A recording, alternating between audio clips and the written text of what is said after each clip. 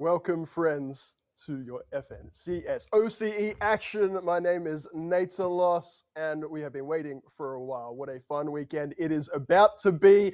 And not just me to take you through tonight and tomorrow night's action. I'm joined by Profound Rice, Two Tap Tony, friends. Rice, starting with you. How's your weekend going? Could it get any better? Well, I'm actually back home in my hometown for my grandpa's 90th birthday, but I'm honestly really hyped to see this. Don't tell my grandpa.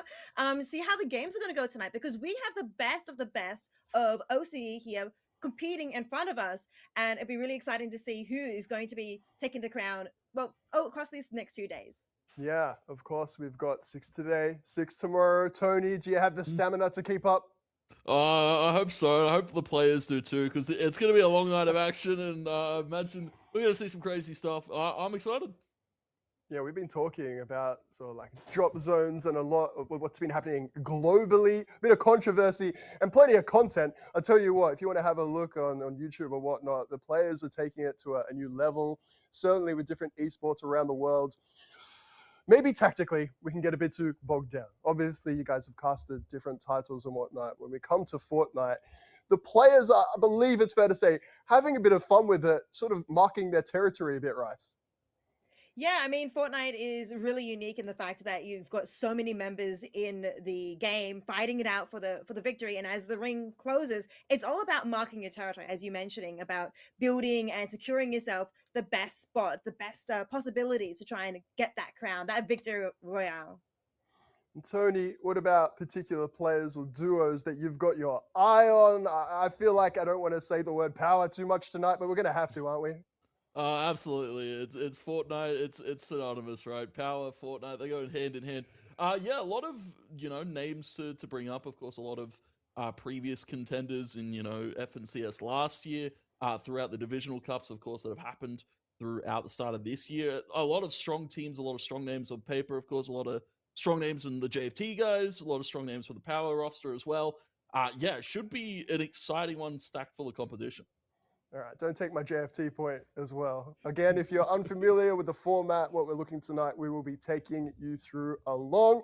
And make sure you've got your seatbelt on, buckled in, because it's going to be, look, grind's not necessarily the right word, Rice, but we're going to learn along the way. Of course, we've already had 2 heats. We've had the last chance qualifier, but tonight is really where it steps up a level and making your mark in game 1. Surely what it's all about. Announce to the world where you're at. Yeah, no, it's great to see some returning names coming back for FNCS, but it's also really exciting to see these newer names come through as well. It'd be great to see how they shine across those newer members, of course. Today, we're having 6 full games every 30 minutes, starting at 10 p.m. Australian Eastern Daylight Time, and we're going to be going throughout the entire night. And tomorrow, of course, we're going to have the remaining 6 games. Indeed. Double up, if you will, of course. We'll aim to keep it nice and tight and keep you updated throughout the evening.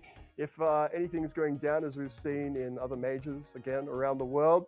Some interesting, if not drama, Tony, just the personality is really coming out again. I feel like that's what we really want when we're having a look at Fortnite FNCS. It is a personality-based esport, but of course, the duos, the teamwork, you don't want to be left all alone too early on.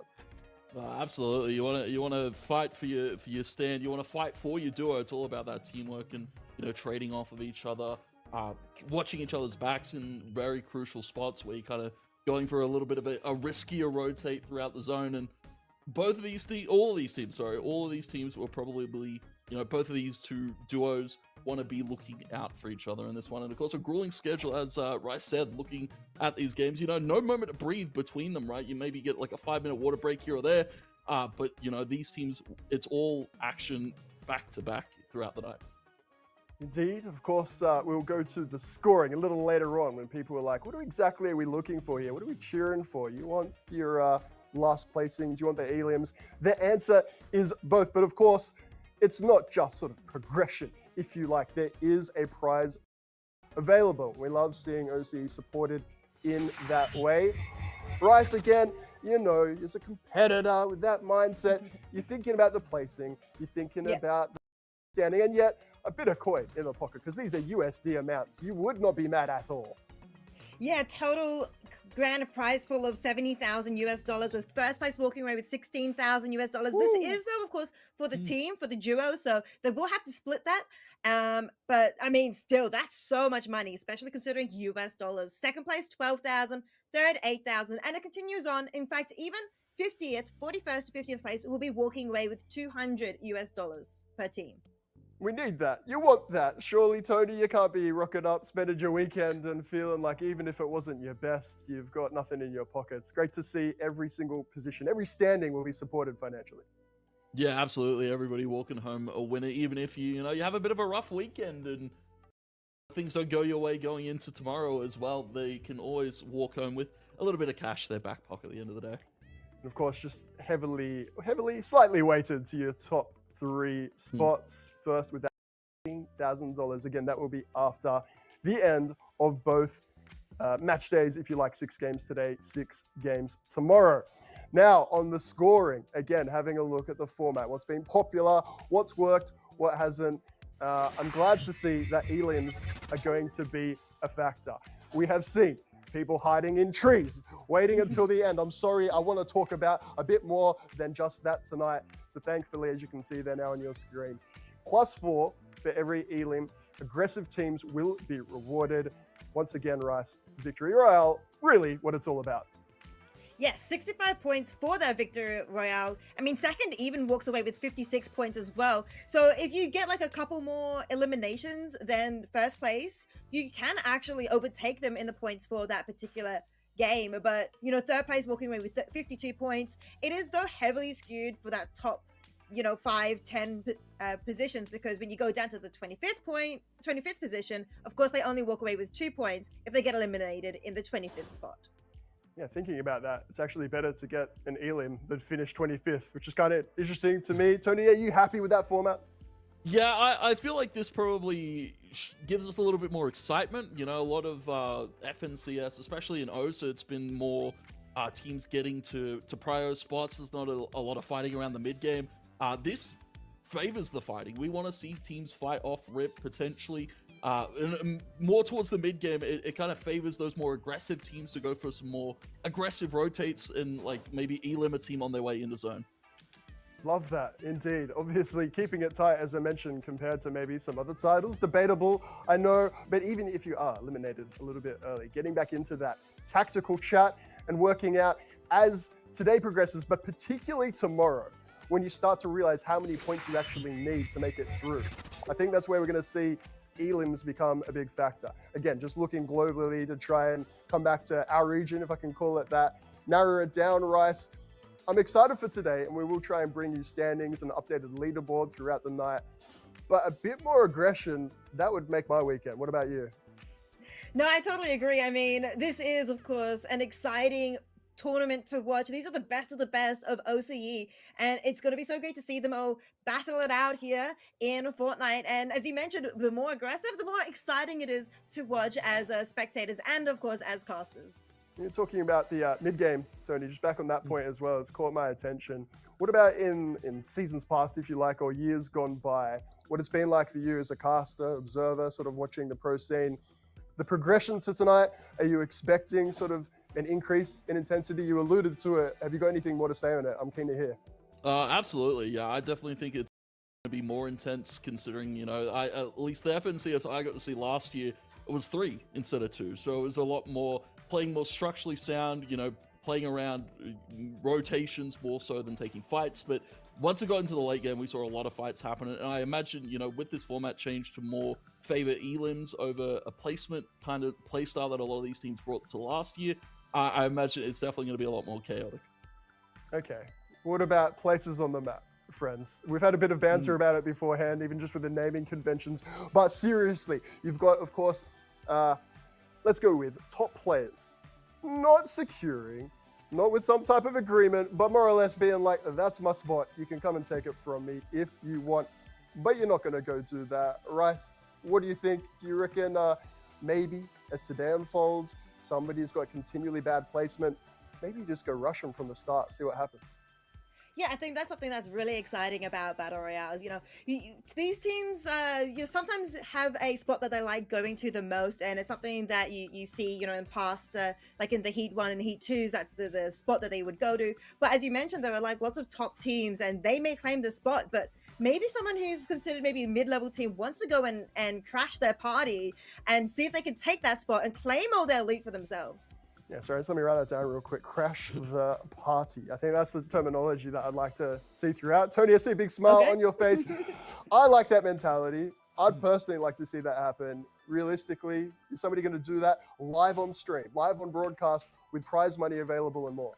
That's a good question. I feel like we might start slower starting into like games 1 and 2, but as it gets out through the night, even into tomorrow, where teams get a little bit hesitant, they get a little bit shaky, they're like, we have to make some sort of desperation play, so maybe a hot drop onto another team, get some early elims, get some early points to their board might be what we see. Please, that would be so good. Think of the content, people. I'm also just thinking about my mates that I know will be watching after today and be like, oh yeah, Nate, like you were great. But what about when that duo rushed from the get-go? Like that's the type of people, Rice, is it fair to say, as a casual viewer, you're watching it, that's what you want to see. That's like with your mates, oh yeah, I could do that. I could take them on. And you wanted to see if it's possible. And maybe it shuts you up early. I mean, you mentioned, oh, I can do that. I think that's one of the best parts about watching esports. You start getting inspired to play the game yourself, thinking you can do that too. And then when you get into the lobby yourself, you kind of get a little bit humbled. But I think that's, as you were mentioning, the best part about watching esports. You get to see these amazing players pull off some crazy, crazy moves and make it look so flawless and so easy and really inspirational. And that's what I'm excited to see tonight. I want to see these inspirational players, whether, as you mentioned, them rushing other duos, or maybe even, as you mentioned earlier, just hiding in trees, because sometimes even that is fun to try and copy and get when you get into the lobby yourself. Too many years of hiding in bushes and trees, fam. I'm done with that. I want to move on to a new thing. But if it makes Rice happy, maybe I could come back to it. Tony, in terms of specific players, I know the players themselves enjoy creating content, not just about themselves, but like tier lists and rankings. And to be quite honest, I've been surprised with the feedback, looking in the comment section, looking online, pretty much just backing it. Do you believe there is a set hierarchy within OCE, or maybe not? There's definitely your favorites for sure. I look at guys like Alex, Reckless, they've got a ton of experience. Kazi Aspect as well. Have a ton of experience, probably, teams we expect to see at the top of the table. But, there's a lot of names here. A lot of names that as well played last year that I was very impressed with. Guys like Gaza and Falcon, Daneth and Aggro, of course, as well, are names that I look at and I'm like, yeah, these guys could have a good tournament. Vortex and Goofy, we've seen FNCS time and time again. They're placed pretty highly. So, yeah, it's going to be, I guess, about the big dogs establishing their name early here in a lobby like this. I like it. I like it. Rice, what about previous experience? We've talked about how there are quite a lot of new names. Some of them, not even with social media handles. I'm like, I can't even interview you, to be honest, to get started. I don't even know what you look like, who you are, where you've come from. Do you believe tonight, this weekend, particularly as things heat up and we get closer towards finding out those standings and who gets that prize money, previous big tournament experience will be key? Or do you think the freshies are just going to come in and walk over? No, I do definitely think previous tournament experience is very much key, because when it comes down to it, this is the grand finals here. It's very important for teams to be in the right mindset, and I think that mindset really comes more with experience. The freshies, though, as you were mentioning, they're going to be coming in. They're going to be coming in with quite a lot of passion and stuff, and maybe that passion is what might upsets or bring some upsets along and give a little bit of a different spin to the game potentially as they bring in new strategies and new mindsets. But really the experience is being able to bounce back. Like if you get placed, in the last position, in 21st position in one game, are you able to bounce back and still think, oh, I can get that victory out in the next game? And I think that comes with a lot of experience and a lot of resilience that comes with these highly experienced players. Okay, so being able to draw on those past experiences could be key, but of course with so many fresh competitors, they just simply don't have any of it, Tony. But the format, I'm so grateful there's no what's the right terminology? I guess like a battle royale within a battle royale with players getting eliminated and knocked out early. You can afford potentially. I'm thinking as a newcomer or again, a fresh player, if you like, to go hard, go early in this format, knowing if that doesn't work, you can then play more conservatively as we go through tomorrow, game 7 to 12? Or are you thinking, and Nate, that's just like pie in the sky type thinking, if you really want to win, you need to have that serious grind it out mentality from the start? What are you saying? I definitely expect, the heavier favorites, probably teams that, expect to place at that top 10 throughout the lobby, to probably play a little bit more confident, a little bit more aggressive. Whereas, some of the newer faces are probably going to play a little bit more concede, or a little bit more further back, play for the rotates, less, I guess, elimination oriented, as we'd probably put it. But yeah, I definitely expect the teams with experience to come out with confidence, and the lesser to probably a little bit of quiet, a little bit of a slower start for them. Okay, nice. I have one more here on my sheet. Thank you for sticking with us with the pre-matchup chatter, the yap sesh. We will dive into games, and when we do, friends, there's not much of a break in between. We just get our little chance now for our yap before we get into these games. So Tony, for you, my main other point, going from trios to duos. What does that mean for us tactically? You might have alluded before, having each other's backs. Was there something more there? Did I miss it? No, yeah, definitely having each other's backs. It's one less guy that's watching back, so you've probably got one less angle that you're having watched here. So yeah, these duos are gonna have to be on red alert right tonight, looking at every single possible angle that they could get shot from. Whether there's a guy hiding in a tree, as we've already alluded to, you never know who's hanging about, and it feels like, yeah, duos compared to trios probably a little bit more intense here. Okay. Rice, what about in terms of map awareness and whatnot? Tony's there talked about the communication and observation. We've seen it with teams. It's not so much about being frenetic, but I will say there's a large sense of urgency, but that clear communication, it's almost like a family member or something, or a relationship. It needs to be on point, specific, no guessing what they're talking about. How key will that close communication and camaraderie be on this special weekend? Yeah, I think having this duo format is quite a special format. Like, it's you and right, you and your best mate, and it's against you two against the entire world.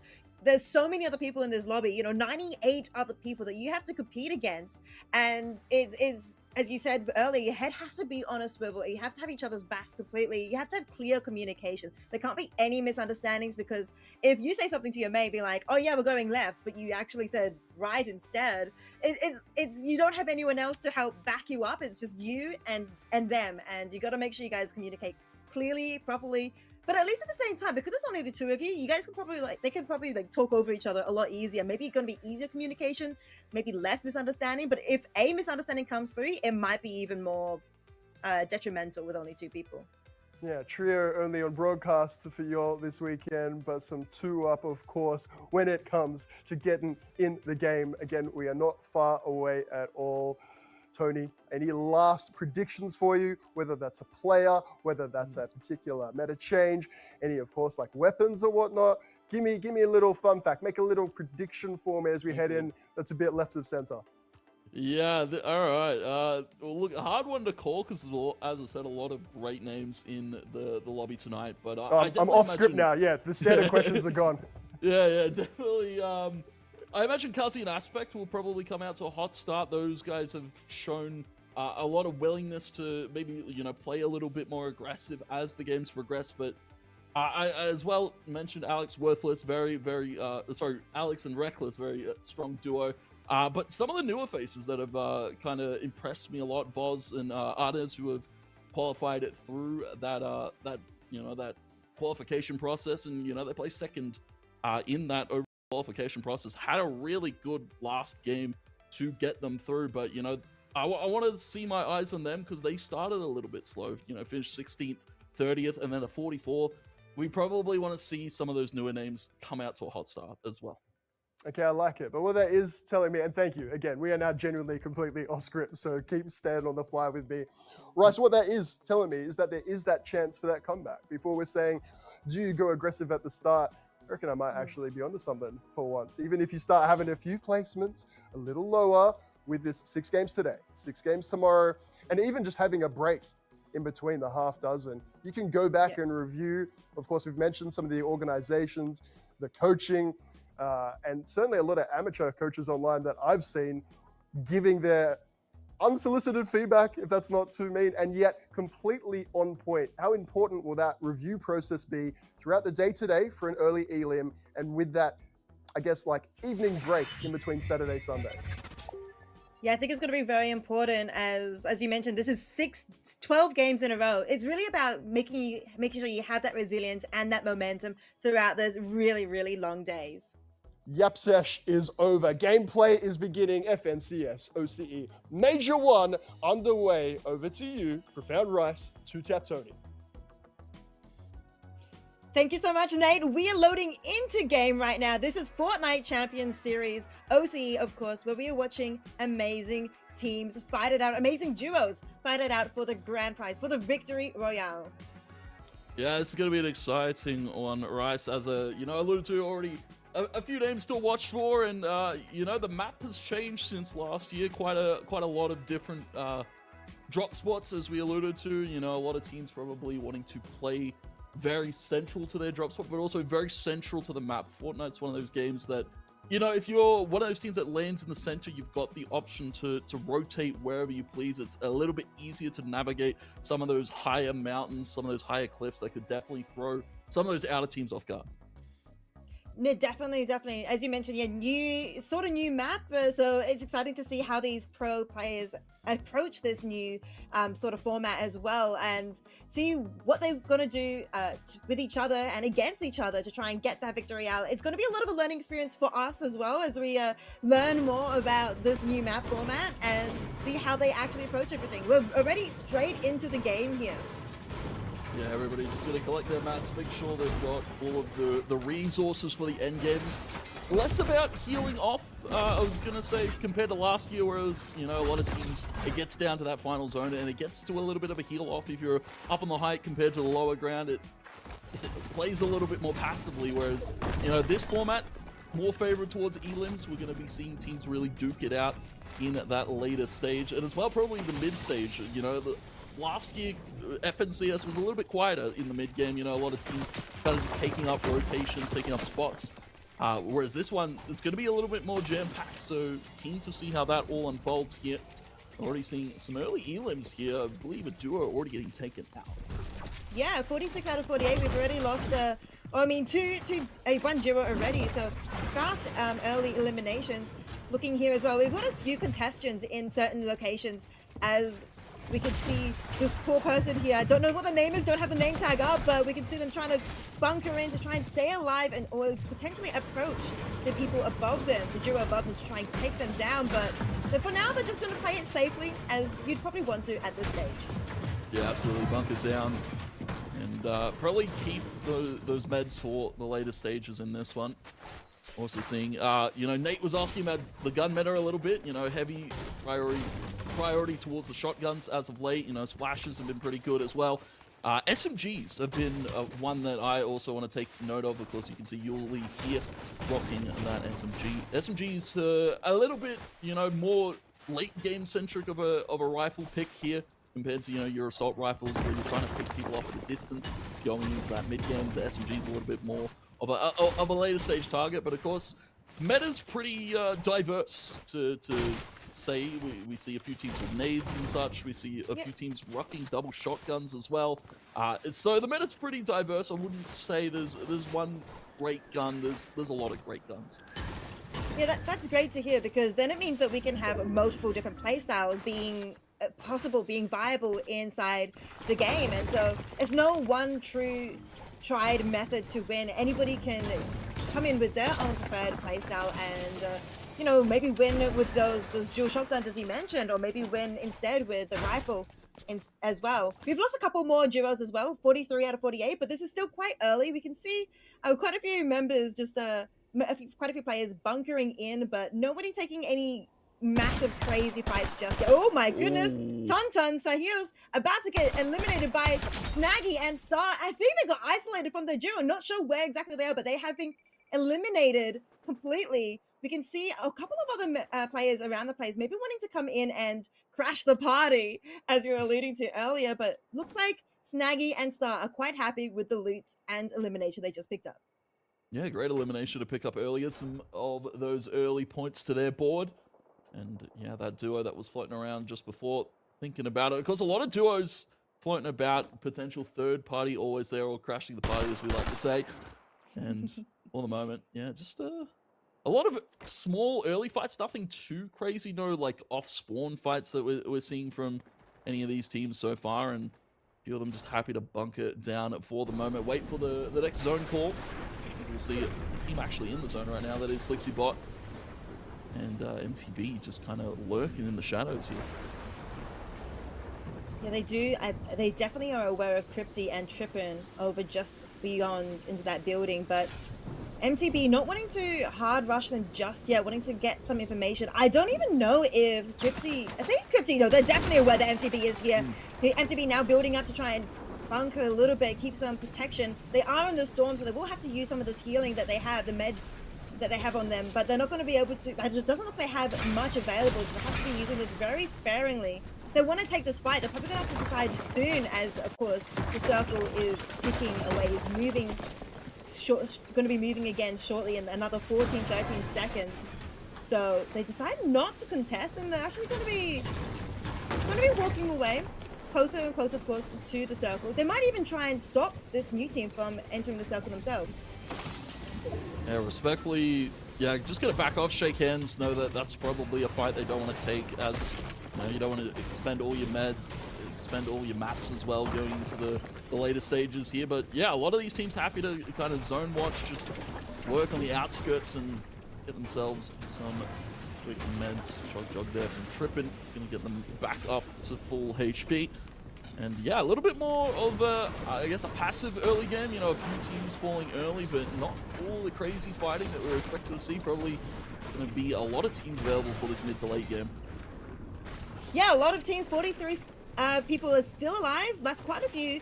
But of course, they're only on the second ring at the moment. Lots of time to still play with. But once things get crazy, once we get to the final stages of the game, things are going to go really blow up really, real quickly. Especially in this duo format. Maybe we'll have lots of teams at the end. Yeah. Very much going to be a more southern pool here, not a northern side pool that Crypty and his teammate would have hoped for here. Still lurking about MTB and Slixybot, as we saw, showing a little bit of presence early. They're happy to try and take control of the palms here. And now it's actually going to be Crypty and Trippin actually going to be backing off this time. So again, happy to shake hands. Both teams don't want to give up the meds here. And again, speaking about the gun meta, we see a little bit of a different loadout here for Trippin. Different kind of shotgun and a little bit of a pistol action going here. Going to be using those nades to rotate through. A little bit safer down towards that southern side. But a fight going on here as well, right? So it seems that everybody's just going to be backing off, playing a little bit more passively for this first game. Yeah, very passive start, very slow start. Nobody wants to get eliminated early. Remember, if you get eliminated quite early, you don't walk away with many points. 25th walked away with only 2 points from memory. 24th, I think 4 points. If you managed to end in the top 10, though, you walked away with maybe 30 or so points. Lots and lots of points to have, and every elimination gives you 4 points as well. So the longer you stay alive, the more points, of course, you'll be able to get for your team. And they may want to play the long game. This is 12 games, of course, throughout 2 days. We have a fight here going on, though, between Proton and River and Costo and Meshi. Yeah, playing the high ground, though. Costo and Meshi pretty set up in a good spot. Have that sky base pretty much built up for themselves. They can peek over the top if they want to. And as well, checking out a little bit of a fight on the edge of the zone here. A lot of teams bunkering down here. That's why the mats come to play, because you need a lot of them to be doing these very intricate maneuvers that these teams are going to go for here. Of course, we'll see them try and rotate there, use that grenade to get themselves in towards the zone. And they have to be cautious, though. They're going to be shot in their backside there. Phasma getting some good chip damage in, but you're going to be able to get away. Safety in numbers, and as well, covering your teammates back here. You can see Epsi just currently checking that one as we go back to this sky-based fight. It's still waging on here. Yeah, it's still waging on. Costa and Meshi still have the high ground, but River and Proton do want to try and get up there. Actually, no, they're still happy with bunkering. They're wanting to make sure they, of course, get a good position, a good building, of course, so they keep themselves safe. But Meshi and Costa might actually come down to try and take this fight to them. It's a bit of a slow fight still. Everybody not wanting to make any mistakes, especially this early in the game, this early in the day. Yeah, definitely don't want any unfortunate end to game one for either of these teams. It's going to be, again, playing very passively. Out confidence for some of these teams. It's also about being smart, not getting over cocky when going for some of these initial engagements. Meshi is just currently bunkering down. Storm Eye shrinks in a minute here. A few of these teams just taking up advantage on the high ground. That's probably what we want to see. A lot of these teams going into the later stage, that high ground, very favorable. You can kind of just shoot down on the entire lobby, and it feels like, you know, shooting ducks at a barrel at that stage. They managed to get away though, safely, but Trippin and Crypty may want to try and take a different fight here. Looking forward. Actually, no, they are trying to escape as well. Trying to get closer and closer to, of course, safety inside the ring. They don't want to get hurt from the storm too much, and they want to not get shot in the back as well, as you mentioned earlier. Got to be careful and also not lose too many of your mats in the process. Giving those mats at a consistent level. Tug's pretty sparingly hit. XCon and Darky, I believe, is the duo trying to press him right now.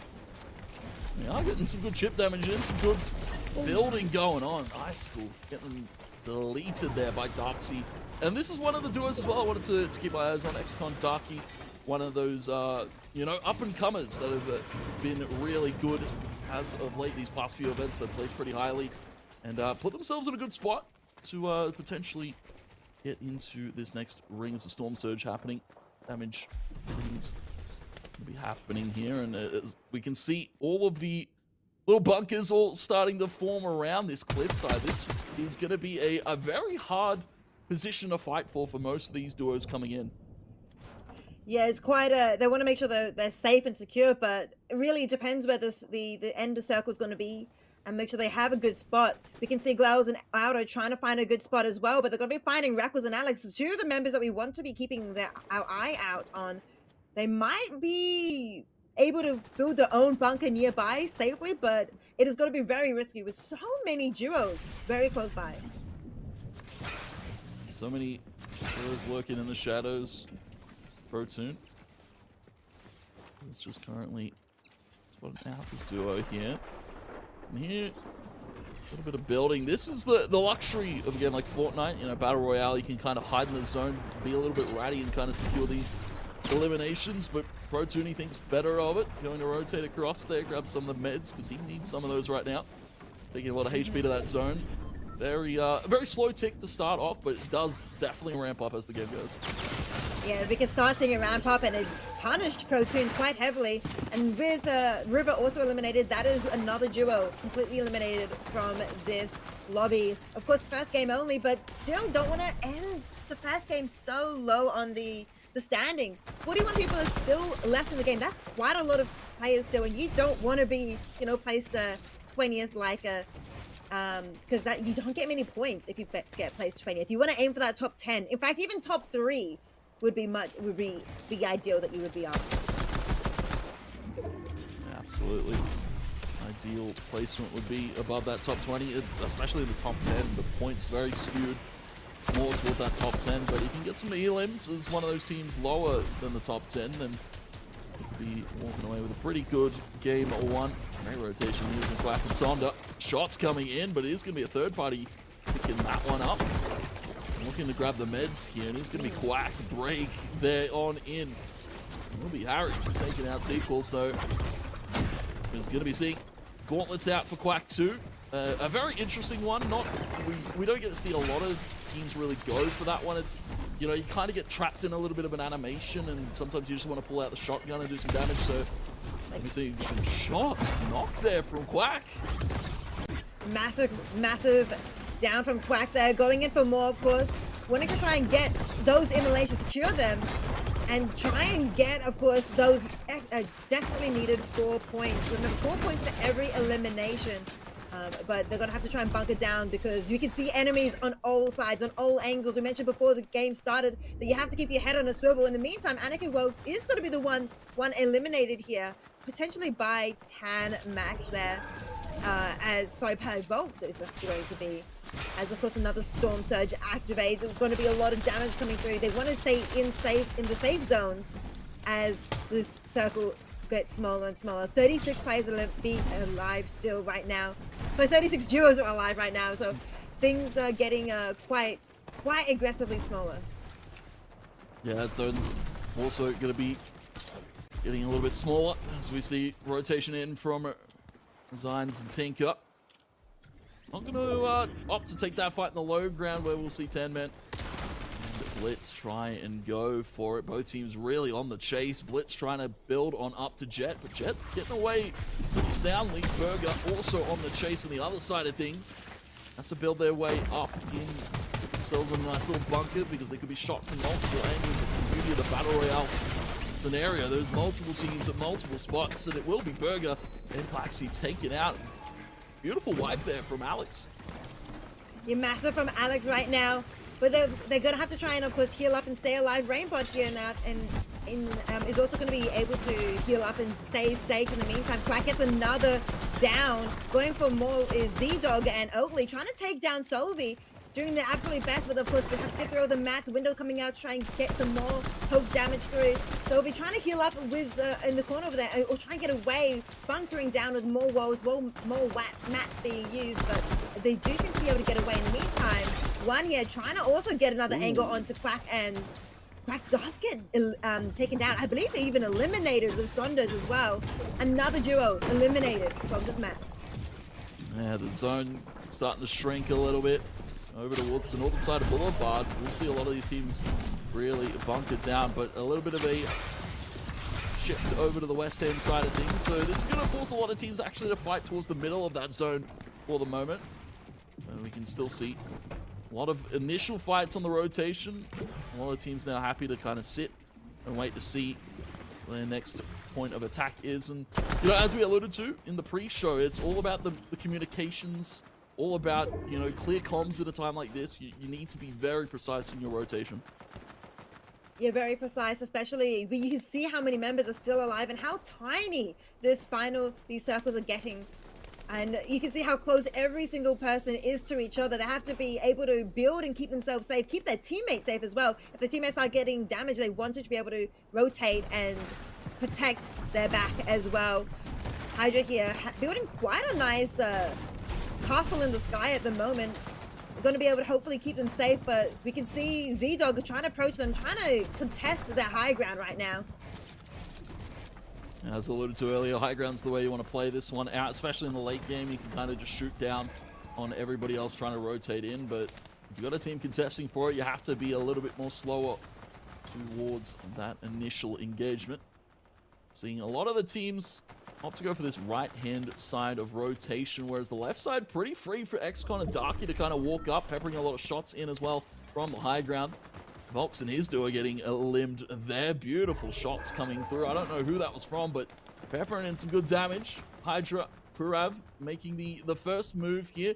And sometimes that comes to your detriment, because a lot of these teams will be looking towards that first team to kind of make that move, and they can kind of just shoot them from their bunker. 24 duos left. We're past halfway now here, as we see Trot trying to, of course, get in closer, trying to get through this very much maze that all these teams have been creating amongst each other.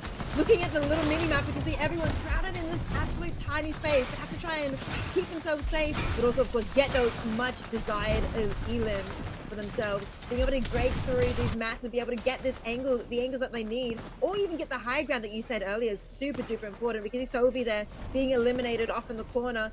Rotan Aim getting dangerously low, may also be eliminated as well. So many members, so many duos are getting eliminated one by one by one. 21 duos left, 38 people. Yeah, very passive late game. Normally there's a lot more duos getting taken out at this point, where the zone starts to shift a little bit more. And we're seeing teams in bunkers getting taken out. It's Aspect, one of the teams to watch for. Being taken out early here, rotation in as well from his teammate. Kazibot needs to make something work, something happen. The duo's been taken. Tinker, beautiful shot there with the help of Resigns, and now Power Resigns and JFT Tinker on their rotation in. No, Z-Dog Oatly, pretty comfortable position here up on the high ground. Yep, high ground means you don't have to contest with everyone else down in the ground trying to make their way up higher, make their way through the other duos. But the ring is moving, they have to push forward. Z-Dog pushing across further to try and contest, of course, other members. They are able to still keep that high ground that they desperately, of course, want to stay in control of, building up higher and, of course, trying to get some damage down to the ones below. In the meantime, we've had Bird be taken down a little bit with YH trying to stay alive, just barely 7 HP, does get eliminated as well. That's another duo taken down.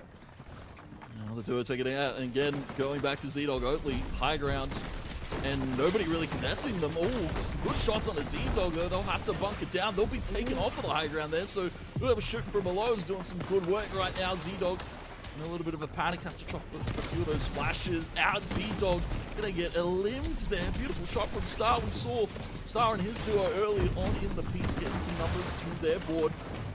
Now, that zone is starting to shift. We're seeing teams start to get a little bit more hesitant, a little bit more shaky. But the lost Z-Dog has to put the work in. Will be taking a ton of chip damage here. He's still living for the moment, though. Managing to stay alive quite heroically, honestly. Just able to dodge, duck, and weave between all of these other duos, especially being solo right now. I'm able to stay alive, trying to build it, and actually also get some health in as well, but somehow able to stay alive with now only 6 duos left. Absolutely amazing work. In the meantime, Hydra has been eliminated. 5 duos left, including, I still believe, Oatly is still alive as a Star and Snaggy trying to get a better position. Farms are now having the high ground. We mentioned earlier how important this is. Crusades as well, their duo also still alive.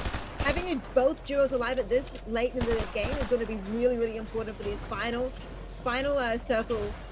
zone players. This is going to be very important. Asma, a little bit active here on the high ground, just kind of peppering some shots down. It's another Elim though from Snaggy. So Snaggy and Star getting some great points to their board, especially now in this top 4 where it gets a little bit dicey. Great shot coming out from Phasma. Collects all the mats, collects all the materials, and now we'll look to try and take up on the high ground here in Crusades.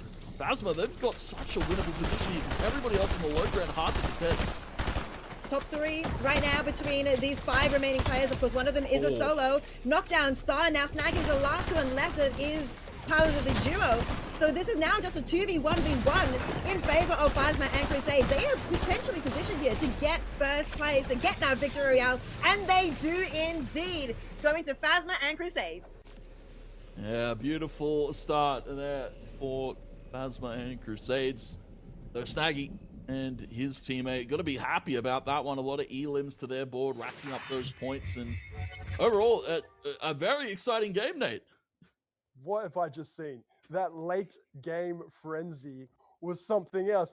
I felt like, particularly, Rice, correct me if I'm wrong, there was chilling. Don't worry, profound rice. Put that rice in the fridge. It was just nice and relaxed, calm, chilling, sitting back. And all of a sudden you're like, wait, have a look. The duos are going down. The player count is going down.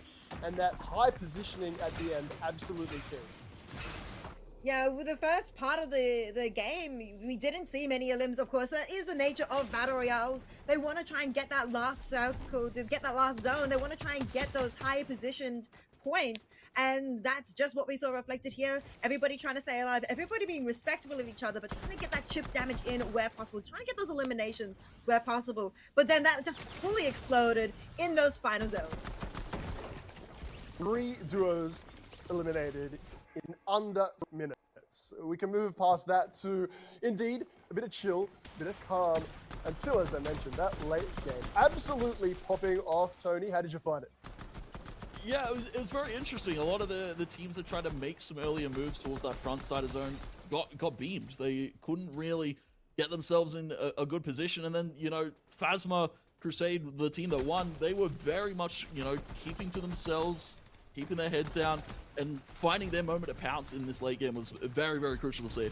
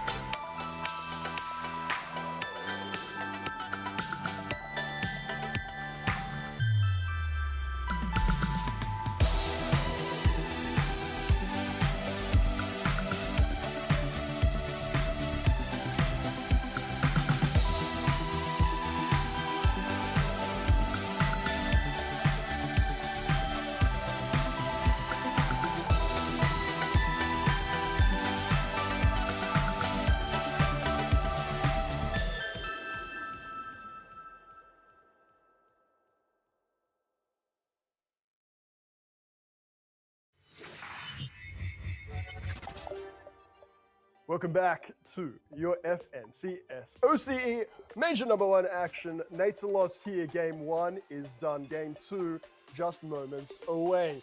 I've got with me Profound Rice, 2-Tap Tony. Friends, did you have time to take a breath? Rice, how are you thinking? What do we make of Game 1 real quick? Yeah, I managed to take a bit of a breath, a bit of a water break as well. Game 1 ended with such explosive action. It was fun to watch. I mean, the first part of the game, of course, we were easing into it. It's the first day of this amazing, long, exciting weekend. And of course, everybody was getting into it nice and slow. We did have a few early eliminations, but the end of game 1 was explosive by far. We had, I think, 20 or maybe 15 duos still in such tiny cramped spaces. But when it got to those top 3, things got really dicey. Tony, same fields.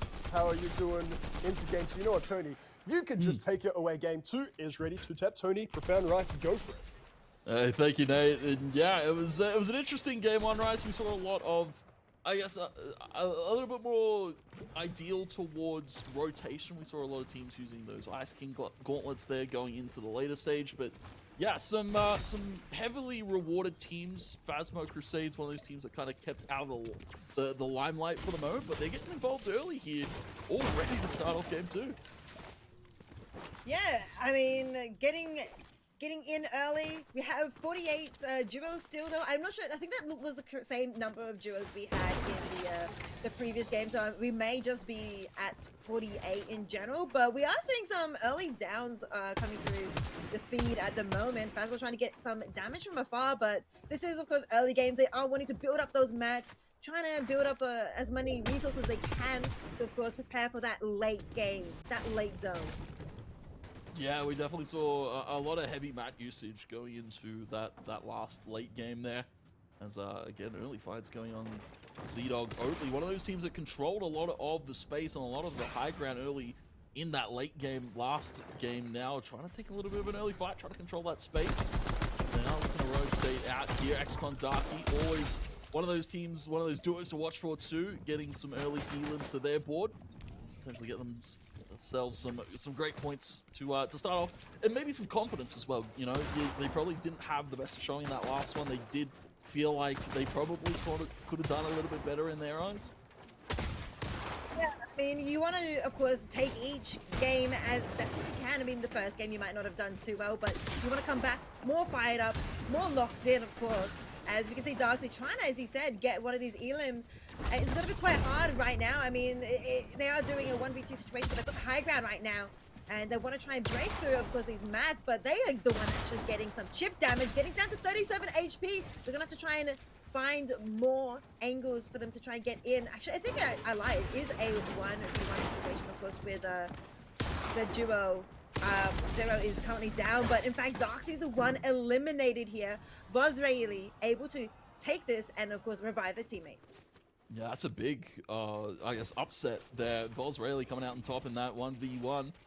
Setting Darky into their duo packing early. That's probably not what they want out of game 2, right? You want to be one that's slowly, consistently building numbers. We saw, you know, some of our top placement teams from that last one are those names that put up those consistent numbers. We've seen guys like Mountain statistically throughout his career, you know, one of those guys that's always been at the top or near the top for quite a bit. And you know, this is about how well you can shake off a bad performance. So Darky, XCon, they'll probably look into, you know, they've got a little bit of an extended break compared to the rest of the lobby. They get to think a little bit more and come back hopefully into game 3 with a refreshed mindset. Yeah, I guess at that point, talk about it with your duo a little bit more, because as you said, they have a bit of time, a bit of a break between the next lobby, which is going to probably be in 30 minutes time, maybe 25 at this rate. So they definitely want to take this time that they now have been, I guess, given, probably not wanted to be given, of course, to take away some key thoughts from what happens. Like, what was the biggest mistake that they made to get eliminated so early? It's maybe a little bit of overconfidence as well. That's one of those things that, you know, teams, especially teams that you expect to place well, you expect to do really well early on, are some of these teams that might show a little bit of overconfidence, take a fight against a team that they're maybe lesser known, but still sharp in the lobby, and you know they get taken out quick. E-lim into their board, and all of a sudden they're back to the drawing board. All these teams, though, for the moment, gathering up their mats as we normally see in the middle of the game here. Oatly Z-Dog still in a duel of wits against one of these duos on the outer skirts here of the probably trying to see the name there. What one? The lead. I can't say the name. I'm struggling here. No, you're good. Sometimes names in Fortnite maps can be quite confusing and hard to say, of course. But we have, yeah, as you mentioned, Z-Dog here on the outskirts of the carnival is what I want to call it as well. And trying to get, of course, these mats as they need. Trying to build up, of course, as many needed resources and take potentially this fight with the other duos nearby, or maybe even just try and bunker down, get themselves a good position, because right now the edge of the ring, the storm is nowhere in sight for where they are. So this could be maybe a good position for later on in the game. Yeah, Wonky Land's a little bit of a central POI that a lot of these teams normally can opt to play for. Latte Landing, one of those outer region POIs that we see some of these teams opt to go for. You know, early the loot's pretty good up there, but hard to rotate in if the zone pulls more central. You can see Freaky and their duo just kind of lurking about on the outskirts here as the zone going to be pulling a little bit more towards the eastern side of things, I believe, this time. Arxid here, of course, getting more mats as you need, trying to get as many mats as possible without getting shot in the back, as we mentioned earlier. You can see a couple of duos around the place, but none within gun range at the moment, so they're able to just slowly make their way into safety. As you mentioned, the ring is in fact pulling, of course, a bit more towards the east but west of these players at the moment, so they're trying to run, of course, quickly as they can, while maybe potentially trying to stop somebody from entering the ring. We have, of course, high ground achieved by Everlong. They may try to shoot towards Icicle here. Oatly and Z-Dog, we've seen these names before, able to get quite a few elims last time, but right now they are not able to do much with going down to 30 HP. Z-Dog already also eliminated, so Oatly trying to get away, trying to stay alive, trying to get, of course, those much needed placements, but the HP, the med kits are just barely keeping them alive. Yeah, some great movement there. At least able to get out and keep them at least getting some points, but Oatly going to be E-limbed there. So that is going to be one of our newer teams, of course. A lot less known about that Arnsy duo. You know, going on later into the piece, hopefully going to be able to highlight their story a little bit more. But, you know, one of those lesser known teams taking out a respectable duo like Oatly and Z-Dog is going to definitely give them some confidence going later on here, as we're, of course, just on board with Resigns and Tinker. Swapping over a little bit of a engagement in the middle of Wonky Land. I didn't think Carnivals had that kind of fight. Ooh. Yeah, quite aggressive fight going on right now in Wonky Land. Protoon as well. We saw their names quite a bit in the last game. Trying to get it. Did get a massive hit onto his sequel. Wanting more, of course. Why wouldn't you in this 1v2 situation? Able to get both of them. 2 eliminations to Protoon's name. And just using that pump shotgun perfectly there. That's the ideal loadout in a scenario like that, especially with all the box fights that happen. One of those pump, you know, 2 pump shotguns better than 1 sometimes, but 1 always does the job here. A lot of these teams more towards this frigid fortress, taking up quite an aggressive high ground position. You can see a ton of the map from this, so they will get info about the surrounding teams, where the zone's pulling here, and kind of just see where they want to rotate from here. Pumpkin just kind of checking about the inside here, grabbing some loot, grabbing some mats as well, of course, as we always want to see. High mat count, you know, normally 600 to 900s where you want to be at going into the later stages of the game. Slixybot has the high ground on this other duo here. Teammates still alive, MTB, but this is in the storm right now, so Crypty and Trippin may have to try and move quickly, but they have to be very careful, of course, with the duo above them. Slixybot may, though, just give up and actually try and get to the ring faster, to safety faster instead. leaving the other duo to Trippin and Crypty to potentially just vibe themselves in the storm. Our team's normally on the edge zone. We've seen a lot of rotation on in here. Pumpkin Everlong, duo that I believe landed at Frigid Fortress, so they've got a luxury of their own. Big sky base built up for them. MTB, once again, this team that's been on the outskirts of this zone. And Falcon M needs to be careful. Shots coming out there from that shotgun. Not a pump one, but still will do the damage like it. JFT Falcon M taken out early here. Going back to Pumpkin and Everlong, just building up their fortress, building up that sky base. They have a luxury of info about where this zone might pull. Yeah, trying to get the sky bases up, but as you mentioned, the circle, the zone will be pulling a bit more to the west here, so they will have to give up their sky base eventually, but right now they can keep an eye on everyone around and potentially get the drop on someone. Avalon and Pumpkin really high in that sky. I mean, they did actually use an existing fortress to build on top of, so it's not all their efforts, but still quite impressive height for themselves. Yeah, a little bit of cheating here. They get to check out the Northern Lights, though. Beautiful scenery up here on top of Frigid Fortress. And yeah, as you said, zone pulling a little bit more west, so they're going to have to be a little bit cautious on how they rotate in here, especially with taking up all that high ground early. You kind of expose yourself to getting caught in the rotate more often than not, as we'll see Corbs and Jet just below them kind of staying out of lines of fire, but Pumpkin dishing out some nice damage there, trying to get a little bit of chip going on, make them use their meds. Storm Surge warning, as we'll see these teams start to rotate in.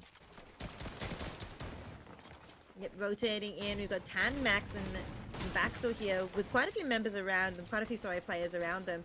And they want to try and stay safe. They are right on the edge of the zone right now. That is, of course, slowly pulling in. So they want to try and probably be in the zone by the time the zone gets here. But in the meantime, Pumpkin had to give up the fortress. As you mentioned earlier, the zone is creeping in. So using, of course, cover to try and get through safely so they don't get attacked from above. Trippin and Crypty as well, making their way closer and closer to safety as the zone is slowly creeping in. Yeah, I like this position from Trippin. His duo down on the low ground, a little bit out of line of sight from most of these teams, right? You use that little bit of a chasm to get yourself into a pretty good spot. Pumpkin Everlong as well, a little bit more of a lower ground approach. They don't have the luxury of that height anymore, and quite a bit of chip damage going towards their bunker. They might have to be very, very useful towards these mats now as that zone starts to rotate in. We'll see Pumpkin Everlong about how much you can consistently build those walls up, keep yourself in a safe position, because a lot of teams on a lot of these high ground angles could definitely look to punish. Yeah, they did manage to get inside the zone, but as you mentioned, they do have Fisher God looking down at them, and they can do so much damage, especially to their mats. Once they run out of mats, it's going to be quite hard to try and stay alive in this open area. They're going to have to make a decision soon before they get completely harassed by the high ground, but it looks like the high ground isn't interested in them anymore, so they're having a little bit of respite right now and potentially looking to move into a different location. In the meantime, Harry and Fisher God, the ones that were above, do have Slixybot, and MTB next to them, right next to them, so they're gonna have to try and jump out of the way, jump into safety, and Pumpkin and Everlong are gonna have to also move into safety themselves. It's unfortunate. Everlong, Pumpkin, they're in pretty good spots. They're up on that high ground, but as this zone pulls more west, it exposes a little bit more to the teams that are already positioned towards that western side. As we'll see Slixybot and his teammate trying to take up on the height. We'll be moving a little bit more further towards the beach side of things as well. A little bit more bottom left for a lot of these teams. So MCB, Slixy, they're going to have to be pretty cautious on this rotate, but the team next to them opted to rotate early, so they've got pretty much freedom to move here. They'll use those shock grenades and such to get themselves into a pretty comfortable spot. Yeah, they want to be in a comfortable spot now. 37 duos are left in the game, so things are going to get a little bit dicey with the circle getting smaller and smaller. This is where we really want to be paying attention to what every duo is doing and how they're going to be positioning themselves. In the meantime, Slixybot does manage to get into the zone, but his duo does not. MTB has been eliminated. Mountain here, trying to destroy the high ground of the enemies over across the valley there, but instead is going to be opting into moving towards the zone. You can see where the zone is pulling. It's going to be pulling even further west. So these maybe 20 odd duos have to travel quite far to be able to get into the zone for the next area. And as the zone progresses, remember, the damage ticks faster and faster. Yeah, that damage going to start to build up here. Of course, we saw a lot of fighting over towards Wonky Land early here, but as the zone pulls west, those Wonky Land teams are going to have to start to run out there. It's going to be Slixy, but eliminated. Beautiful shot from Jet. Also, Zyker as well starts to move. Does have a ton of materials to play with. Jet trying to get on into. This is about how well you can rotate in such an open area here. And a lot of these teams as well going to be holding it down. Jason Sonda going to be elimed. Everlong getting one before getting taken out themselves. So trading in some of these scrappier fights, some of these scrappier rotates, you'll happily take an elim and get those points to your board. Yeah, definitely. Every single elim is going to be giving you 4 points, and every point counts. At the moment, though, Cycra is trying to stay alive. They don't have the duo. They have no elims as well. They definitely want elims, but they are placed 31st, which is not the worst, but they definitely want top 20, of course. So trying to stay alive as this zone gets smaller and the storm encroaches further and further. Going in to try and contest it against, I believe, Regox here, and trying to do a bit of damage, a bit of poke damage. Of course, this is going to be a 1v2, but they were able to potentially try and get that elim. Zyker able to get one, going for two in fact. Sorry, able to confirm that elim, sorry, not able to get that second one just yet, but that is one elim for Zyker, and of course a higher position for them as well. Yeah, this is a little bit of a rough zone pull for a lot of these teams, more northwest side here, and a little bit of beach there, so not really a playable area that a lot of these teams can really go for. We'll see a few of them try to take up on this forest side of things. Low ground here, Purav Hydra as well on the outskirts, one of those teams that we saw really be omnipresent here and kind of willing to rotate early here. But they're on the outskirts this time. Resigned Tinker also bunkered down here on the outskirts as that zone continues to push towards that bridge. Could see a team potentially go a little bit lower, try and avoid the lines of sight that a lot of these teams are probably taking on the higher ground. Yeah, you can see, as you mentioned, those teams on the outskirts are going to be able to get themselves into a nicer position, being ready for this next zone and maybe stop the other duos from getting there. Low Mountain has been taken out as Aggro and Danathia have a beautiful high ground position. And I believe they're also in the zone, the next zone as well. So they're going to be able to hold this position for a little while now and keep themselves happy. No, they are going to be actually moving closer towards the zone, I lie. As now they are trying to build up and get into this fight here, trying to third party, maybe even fifth party these two teams here and to try and get some more eliminations or build up and bunker themselves into safety. They lost Danath though in the way. Yeah, unfortunate. Danath, the more experienced of the two here in this duo. Now just left to Aggro to try and bunker down and hold some points up here, try and put some more on the board for that duo. Great healing coming out from Zyker as well, trying to rotate towards this southern side. A little bit more pull towards southern, now goes back up towards the northern side of things. And for a lot of these teams that were already on that northern side as it was pulling, this is a very favorable rotate for them. Yeah, for sure. And I think as well with Zyker, they've been solo for a little bit now, able to get 2 elims as solo in this very precarious situation. Though it might be over not, or as they getting pushed by a couple of duels here, but managed to just back away in safety. As you mentioned, the zone is pulling once more. They're going to all have to try and head towards safety while, of course, getting those eliminations and, of course, getting those highly sought after positions. They want top 20, they want top 10, or even, of course, that victory royale. And so many players are still alive here, and you can see the bloodbath about to start. Yeah, this is a very passive late game. A lot of these teams making it this far wanted to see a little bit more fights happen here mountain, up on a mountain that they have built with their duo. As we'll see a lot of duos start to fall here. They'll spot Reckless and Alex below them. Some great shots coming out from Mountain, trying to keep Alex and Reckless at bay for the moment. But again, chip damage, high ground is what they're after right now. We'll see Claxy as well. A lot of duos now starting to fall there in the feed. And we'll see Tinker as well taken out. So one of the heavier favorites here, getting taken out early in this late game as we go down to 19 teams here. Yellow Mountain still able to have that high ground, but not sure for how long before people start looking up, and they are able to get into a bit more of a safe position. But in the meantime, Jin has been eliminated, knocked down and now eliminated. So it's now just Lower Mountain left. Wondering how many more duos are being eliminated. As you mentioned, we've got up to 17 duos left, and Lower Mountain now by themselves have to try and push forward. But we do, of course, have quite a few other people we need to keep an eye out, like Alex and Reckles are still in the game at the bottom there. But in the meantime, Bionic Mace may not be able to make it back into the zone, being left behind while the rest of the lobby is able to push forward. Yeah, Mason need to get a move on. Caesars and Xavier holding that high ground.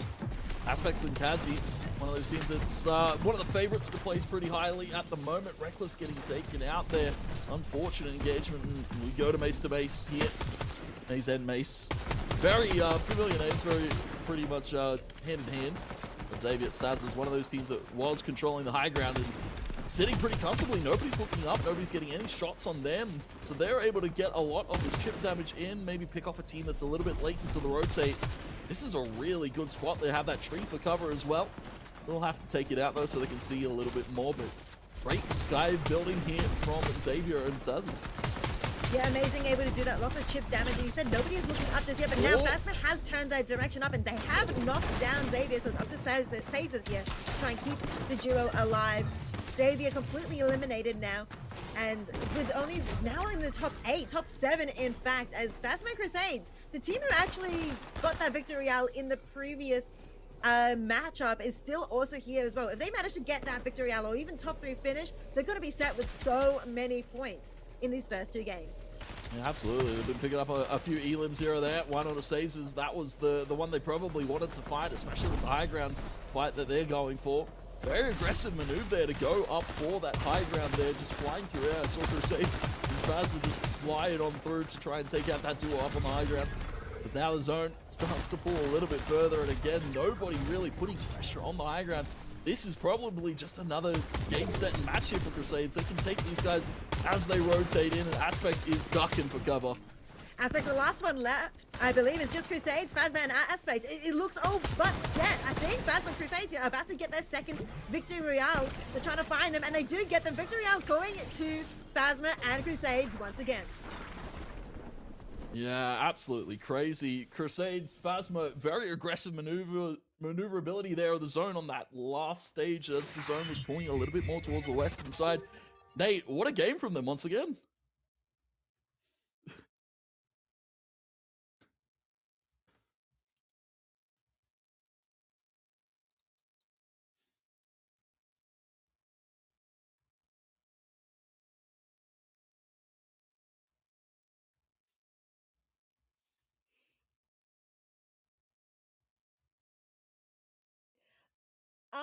By the way, Nate, I believe you might be muted, so let's just...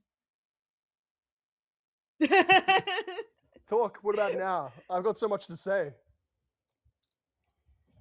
I think we might be good now, hopefully. Yep, says we're he's good. good. Continue what we were saying before. I'm going to say the exact same thing again with the exactly same amount of passion, maybe 200% Yes. more. Friends, 5 teams eliminated in game 1 by 3 minutes 21, then a 7-minute gap where it felt like everything just sort of goes chill.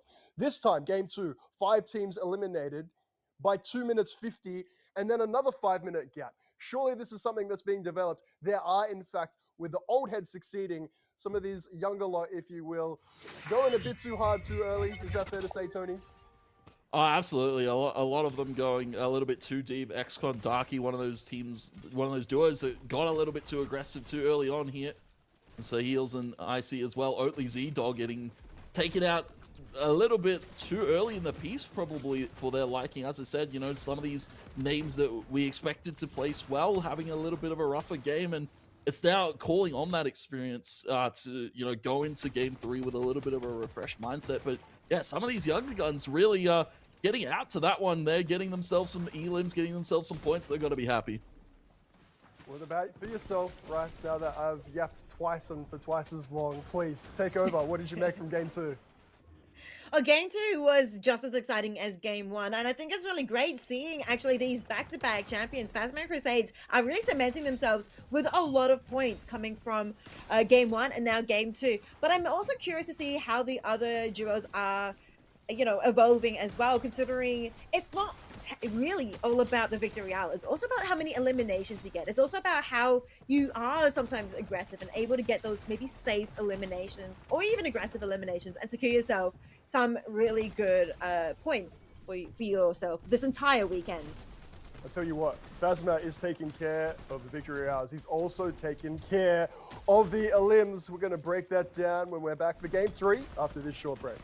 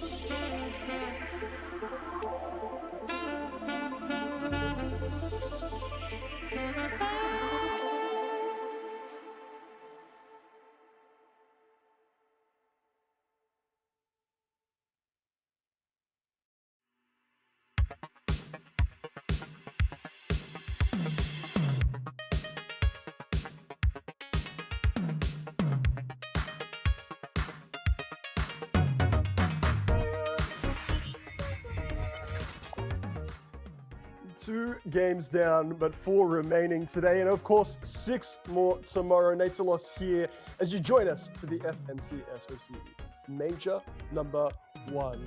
A pathway, an opportunity, and I tell you what, Tony, there's 2 taking it. The names of Phasma and Crusades. Yeah, absolutely. You know, we spoke about this team in the pre-show. We're like, yeah, definitely one of the favorites. They've been placing super well in the division cups and such. So no surprise that they're coming out to a hot start here. But you know, looking at as we go down the point totals, of course, looking at it overall, you know, Kazi and Aspect as well, one of the teams I had my eyes onto, plays pretty well. But you know, one of those names that isn't really in the top 10 right now is Alex and Reckless. Gotta give you your flowers, friend. You're the one that said Phasma and Crusades when I asked you in the pre-show. They were the first names out of your mouth. What about these early elims, Rice? What are you making of that game? You had a lot to say about it at the start. Yeah, I think we were saying earlier, you know, sometimes getting eliminated quite early is quite detrimental.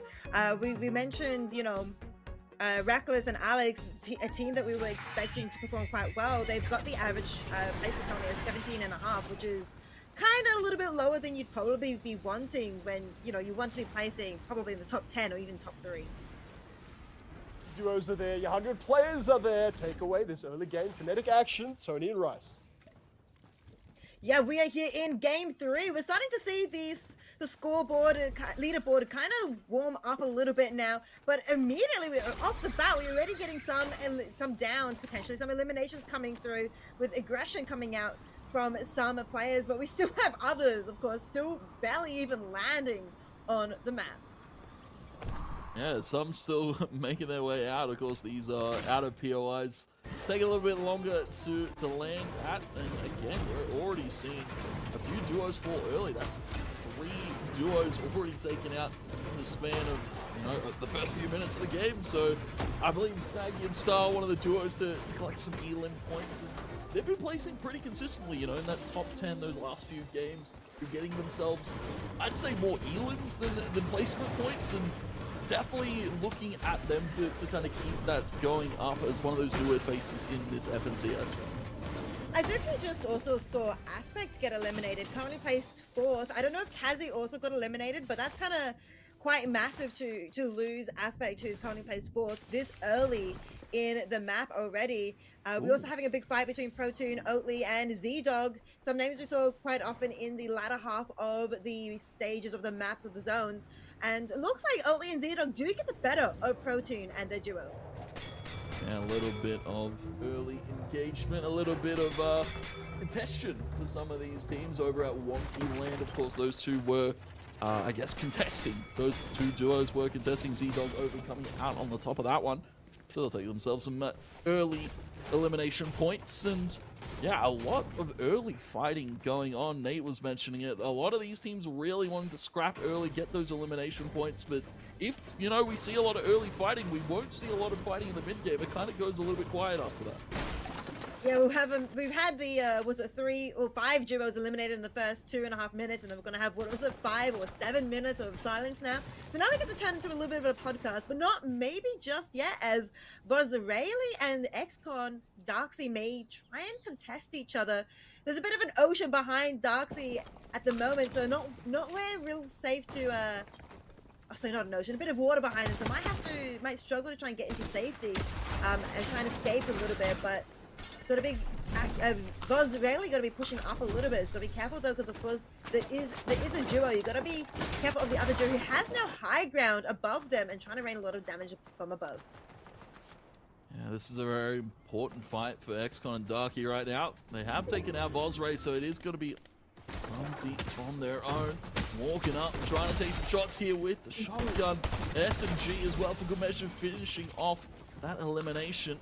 Darksy taken out, so now it's XCon having a clutch up in a very important situation. Shields will be recharged to full and will look to take up on this roof. Good high ground here. A little bit of a peekaboo angle as Volsey about to be fully taken out, so Ardsley needs to go quick. Shots coming out. There's going to be a pump over the top. It's XCon coming out on top of the clutch. But got to be reduced now just to solo, I believe. Not able to get that teammate up. And in the meantime, Oatly coming over to third party with Z-Dog, of course.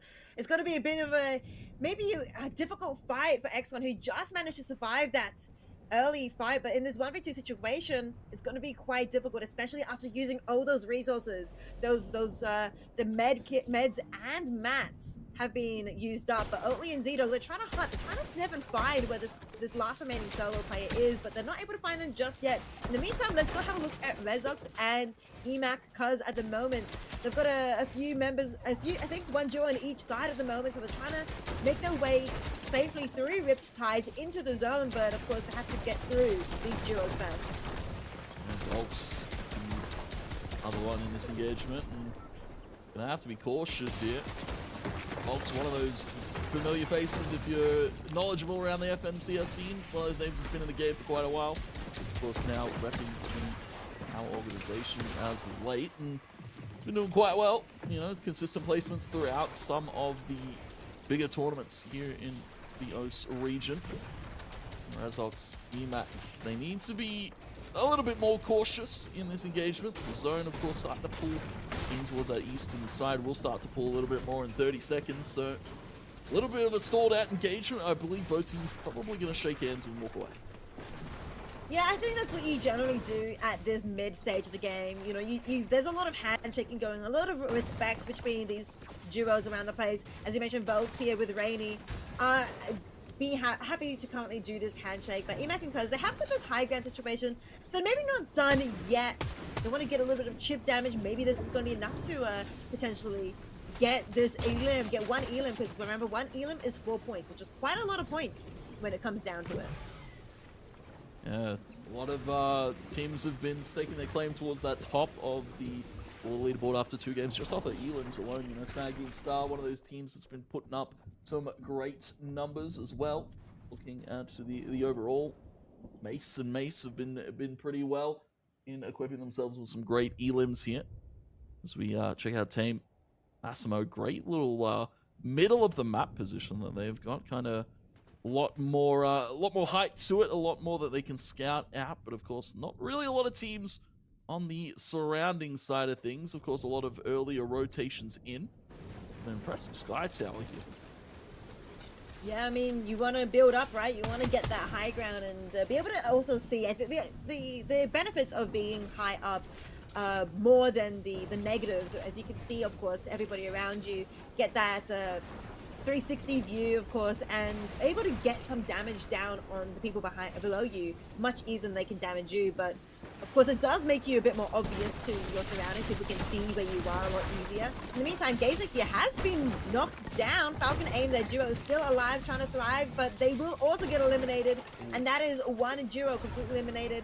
They were able to take down MTB in that fight, but still, Slexybot able to take that victory for this duo.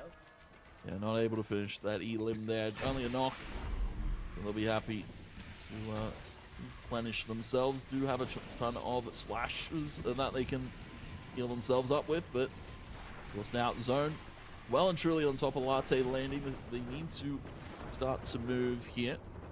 They do have a duo currently pressuring them from the outskirts of Latte landing, so they're gonna have to be cautious when they rotate in that zone. Pretty much, again, not going to be landing this northern side all too much. So, you know, a team that's been landing at Latte landing, it's unfortunate to see. A bit more back into the lull here of the mid game as the zone, of course, gets small and the storm creeps on in. But we do have Anarchy Trot here with Hounds X, trying to make sure they build themselves up here in Sus Studios. We can see the tower we saw earlier. I think that is the same tower. Nice and secure up in the high ground, of course. But of course, they are also very, very aware that those duo is sitting there right now. And yeah, the circle has still quite a bit of time to build up right now. Only on the 3rd storm right now, with another minute to go before the next one approaches. Yeah, a lot of these teams over towards that northern side just happen to grab some mats, make their way slowly on in. Slexybot MTB, always one of those teams that seems to be on the outskirts of zone, one of those teams that has to fight their way in. They have to be a little bit cautious. Kazibot here, looking for the reboot on towards their duo. Kazi's gonna have to rotate in. That was a revive onto Aspect. Now he has to be cautious, might be shot out of air as he falls down into the building. MTB gonna chase, put the shot down, and the knock comes through. And Aspect gonna be re-elimed here. That's unfortunate to see.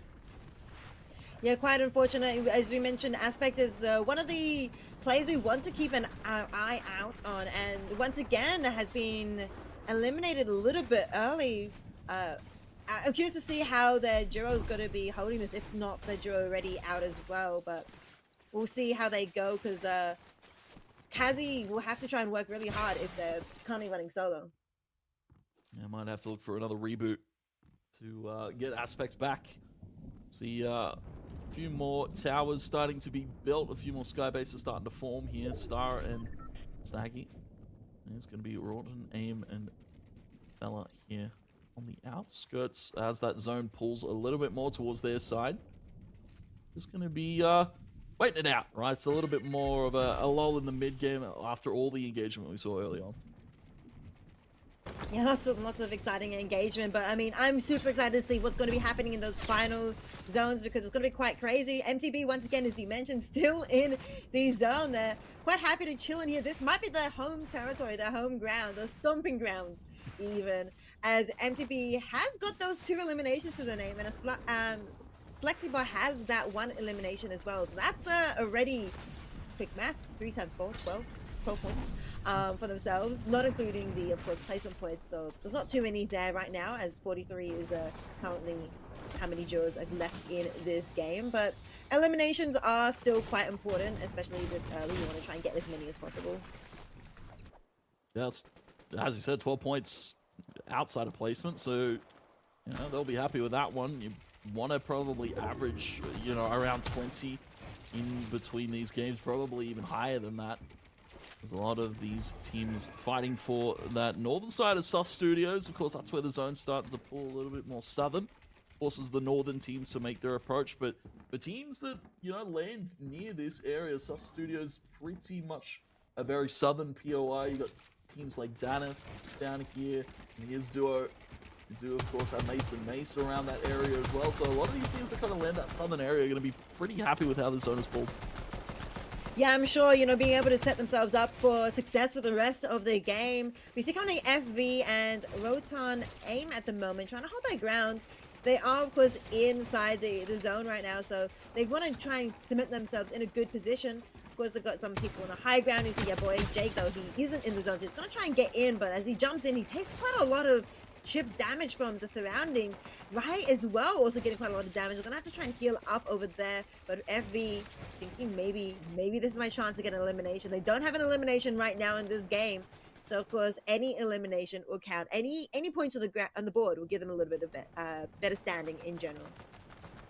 Yeah, maybe get themselves a little bit further up that leaderboard going into game 4. Because of course we're getting a little bit later in the piece. Game 3 halfway through it, as well as these teams still trying to make their way in. Cazers and Xavier. Unfortunately, we saw from the late game they had pretty much a good control in that second game, and then unfortunately got taken out by Crusade and Phasma going up on that high ground. So they're going to try and make their way in, try and take up some space here as we pull a little bit more down towards the southern side once again, going past Sus Studios here. Yeah, Jet, we've seen their name being able to take out quite a few members earlier, but this game so far, they haven't gotten any eliminations just yet. But of course, this could all change as the Stormlight is shrinking once more. Quack and Saunders, right, have also been eliminated. 40 duos left. Jet, though, and Corbs are looking to maybe take this fight against the Hawk team at the moment, but they might be able to get away safely, as of course we can see that Storm just behind them. You can see them encroaching in very, very closely. Yeah, this is a bit of a rough pull here. I was about to say, just look at the map there. Very much a lot of the beach, a lot of water here in the zone. So a lot of these teams are probably going to have to tuck down here on the low ground, hide amongst these kind of rock formations that are here on this southern side. And yeah, Rice, this is now worrisome for anyone trying to pull up into that northern side as well. Yeah, being forced to have like a third of the map be just the ocean is going to be quite difficult. It limits the possibilities quite a lot, and less high ground as well with the ocean just there. But we can see Xavier try and make do with the high ground right now. Xavier and Zavers, of course, the amazing duo with the very similar names.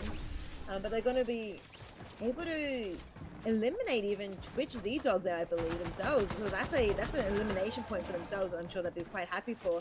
Currently the first one in this game, but as you can see, everyone right now on the edge of the ring, building their little bunkers to try and stay alive. I believe I saw Aspect again getting taken out to the reboot. And then the E11 once again just can't get anything going here. As this zone starts to pull a little bit more southern away from the beach, thankfully, for a lot of these teams that were in a little bit of a predicament. I believe we also saw Alex and Reckless in that mix, so they're going to be happy. A little bit more of a higher placement for them going later in the piece, but of course still 33 duos up here with still a lot of zone to be pulled. Yeah, a lot of zones still to be pulled, and you mentioned now Acolytes and Reckless able to get one elimination. That's going to be a little bit of points that they need, because considering their position right now, I'm sure they're not happy with how they've been performing in the first 2 games. So this third game, I'm sure they definitely got their eyes on locking in and trying to get as many eliminations as possible. And of course, a higher placement. Zeph now eliminated. We saw Burger and Klaxi doing a little bit of work earlier in the last game, getting a few eliminations here and there. They currently have 2 to their name right now. They want to be able to, of course, get more. But 32 duos still left, and things are going to get dicey. Things are going to get crazy now. And Xenos gets quite heavily damaged and gets knocked down. Biomace is the one that actually takes that knockdown and elimination. So another point towards the Mace duo. Yeah, that 7 duo is having a little bit of a rough start here. You know, 3 games in, would hope to see a little bit more out of them. One of the newer faces here in the FNCS, but yeah, just struggling to get going here. We see a lot of the teams on this eastern side of the boulevard, a lot on the other side of the bridge here. Those teams on that western side are going to be pretty comfortable. Of course, all grouped up here. We'll see Slixybot and their duo start to make a move. Xavier Sassers might need to make a move in just a little bit, but you know, a lot of names that we haven't seen placed too highly yet. Well, we see Crusades and Phasma still in this lobby. Those are 2 names that I definitely want to keep my eye on, considering they currently have 186 points. That's over 70 points more than the next place team. But I tabbed and I don't see them anymore. Did they just get eliminated? Oh, no. Okay. I was worried for a little bit there, but no, they just took a little bit more of a high ground position there towards the western sides of the hills. The rest of this lobby, though, all grouped up on that northern side as the pool goes up towards Sus Studios Mountain. Rob Jit, one of those teams as well, is probably the heavy favorite to place in that kind of top 3 to top 10 range here. They need to start to put some elims and some good placement to their board. 24 duos left. Things are going to get even smaller and spicier, of course. Fishgod has fallen, and Mallow XTYV also fallen as well. Royal Mountain, a team that we're interested in watching as well, placed I think quite highly in the first game, is still alive and watching at the moment. Trying to get, of course, into a good position and not try and get locked in too much. They want to be able to, of course, escape when the zone is starting to get towards them as well. And at this point, they are going to have to be very careful, of course, trying to get into better positions right now. But still kind of safe at the moment. Able to get elimination there as well. Coming for eliminations for this team. Yeah, that's a great read there. 16 points secured, just away from placement. That zone, that storm starting to pull a little bit more towards the northern side again of Sus Studios and the mountain. Rub Jit, they need to start to make their moves, start to group up with the rest of the pack, but want to keep out of lines of sight here. We got some good cover on the tree. We'll see Xavier fly through, try and take up on that high ground. A lot of the teams in the low ground, Xavier and Sassers, again, one of those teams that's been very prominent and very good at holding that higher space here in the lobby. Alex will be flying through as well. Slixybot, MTV, one of those teams that got a lot of elims earlier on here. We got 5, of course, total for them, so they're going to be happy with how they're placing right now. But of course, still 22 duos up in this lobby. It's still anyone's for the taking. Anyone's for the taking, indeed. As look at the tiny little location that everybody is cramming into on that mini map. Rezox falls, Emac falls as well. That's a lot of points for Jake right now. Of course, they want to get as many elims as possible, but I'm very still curious about what's going on with Crusades at the moment. Are they able to still stay alive? Have they got the high ground? But Mountain are still able to keep pushing forward, as we also see Alex and Reckless as well still alive. Those are one of the duos that we had been keeping our eye on as well. They haven't been placing very well, but right now they're in the top 17. It's still not what they want. They want the top 10, of course, even top 3. Will be much more helpful than what they've been placing previously. Slixybot, as you mentioned, had a lot of eliminations earlier, trying to get another elimination potentially here, able to push in further. In the meantime, Alex has fallen alongside Tame, but still, this could be what the rest of the lobby is wanting. Yeah, absolutely. They want to see Alex fall. They want to see that power empire crumble, but Slixybot, MTV wants to gotta do it here. Low ground here. Slixybot has lost their duo, so it's just going to be him to make something of this game here. 15 spots up here. Going to the later stage. The zone pulls here, close. Nice little outskirts fight here. Resigns and Tinker, one of those teams you kind of expect to place in the top 10, are now in the top 12. And they are doing some good editing here. Some great little micro mechanics from Resigns and Tinker when they need it right now. Phasma just took down Reckless, so that's 4 more points for Phasma, and still Reckless and Alex are still not able to get into that top 10. In the meantime, we can see, as you can see, the number of duos have been slowly diminishing. Now in the top 10, now with Resigns falling, top 9 here. Yeah, that's a great elim to find there from Mace and Mace. Resign's one of those duos that you want to take out here, so now it's just going to be left to Tinker. Popping that Chug Jug, trying to rotate on the outskirts of things here. Mace and Mace do have great position up on the higher ground as well. I believe I saw Minty and Damo up on that high ground as well. Vazen, one of those players that we haven't seen all too much from yet, but this could be their moment to pounce. Phasma Crusade now in a fight against Tinker on the outskirts here, and Tinker needs to be cautious. A duo versus a solo, I don't know if that's favorable for it. 10 players left, 7 duos left. So many solos right now. We are very aware that Crusade and Phasma is one of the duos left. Damo just been eliminated right now. With 6 duos left, 9 players. Things will get quite dicey. We see Mace and Mace being another set of duos still alive. But I mean, not for much longer. We've got 4 duos left right now. Tinker just got eliminated. And Healy is Crusade and Phasma are still alive. They've been placing first 2 games in a row. Can they do it for a 3rd game? They've got it in them right now. They've got that fighting spirit. Jake and 11? Zatos.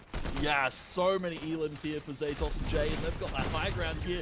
But there is going to be Crusade flying up, trying to get aggressive. Phasma is going to be elimed as well. Mace trying to fly up. Everybody's trying to take this high ground position. Jay's forced into the storm. Beautiful grenade coming out. Mace and Mace might look to take it.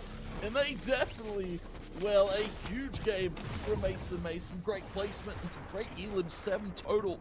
That's going to be a lot of points. A lot of points indeed. 7 elims is quite a lot, especially getting that first place as well. Many points. But on top of that, I'm very impressed by the 12 elims as well by that 2nd place team. Friends, welcome back. How are we feeling, firstly? You're muted for us again, Nate. No, please. I'm going to get myself like a mouse and stop just using the laptop. Friends, how are we feeling? First of all, we've got new winners here in Game 3. We do. I think it's great to see. I mean, I've been loving seeing what Phasma and Crusades have been doing the first 2 games, but it's great to see these other 2 teams, you know, Mace and Mace, we got to see get that 2nd, and with 12 elims as well. And of course, that Victory Royale going to a new duo, I think is really exciting to see.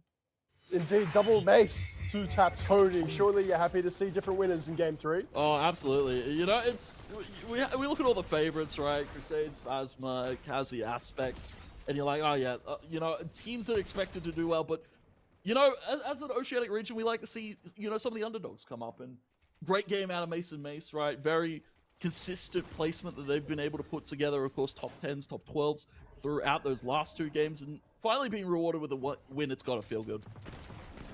Been mentioning the early game pacing. This time we had 5 teams eliminated in less than 1.5 minutes. But thankfully, a bit more calm again. This very interesting newbie, freshies, just absolutely thrashing it out until we get to be honest, a late game rush. Gonna keep an eye on the duration of these games as well. I believe that one a little bit quicker. But Tony, again, different winners. We're halfway through the night here on Saturday. Does that instill a bit of belief? These other duos without a Victory Royale, they can be like, you know what? Phasma and Crusades, they're not invincible. Yeah, absolutely. Phasma and Crusade, they've been making a lot of aggressive moves there, especially in that late game where they tried to take up on the height and they got punished for it. We want to see a lot more of that from some of these other teams, right? Alex, Reckless, their duo, they placed pretty highly there. Daneth, Aggro, didn't get to see all too much out of them. Minty, Damo had a pretty good game. So yeah, I believe that instills a lot of faith to the rest of the lobby that these Titans can be taken down. Rice, we've had a team in Game 1 and Game 2 without getting a single elim, yet still placing in the top 20. Apart from that, surely we're happy to see a high elim, high Victory Royale correlation. Yeah, I think those eliminations is, I mean, as a viewer, I'm personally really excited to see high elimination games. It kind of feels a little bit rough when, you know, the team that comes first only has like 2 elims, like they just took down the other team. It's like they ratted the entire game, did they? You know, trying to play it safe. But sometimes the safe play is what gives you the win, and that's what the teams need and want. But exciting to see, you know, these 7 elims victories and, you know, 12 elims second place. I think that's really exciting.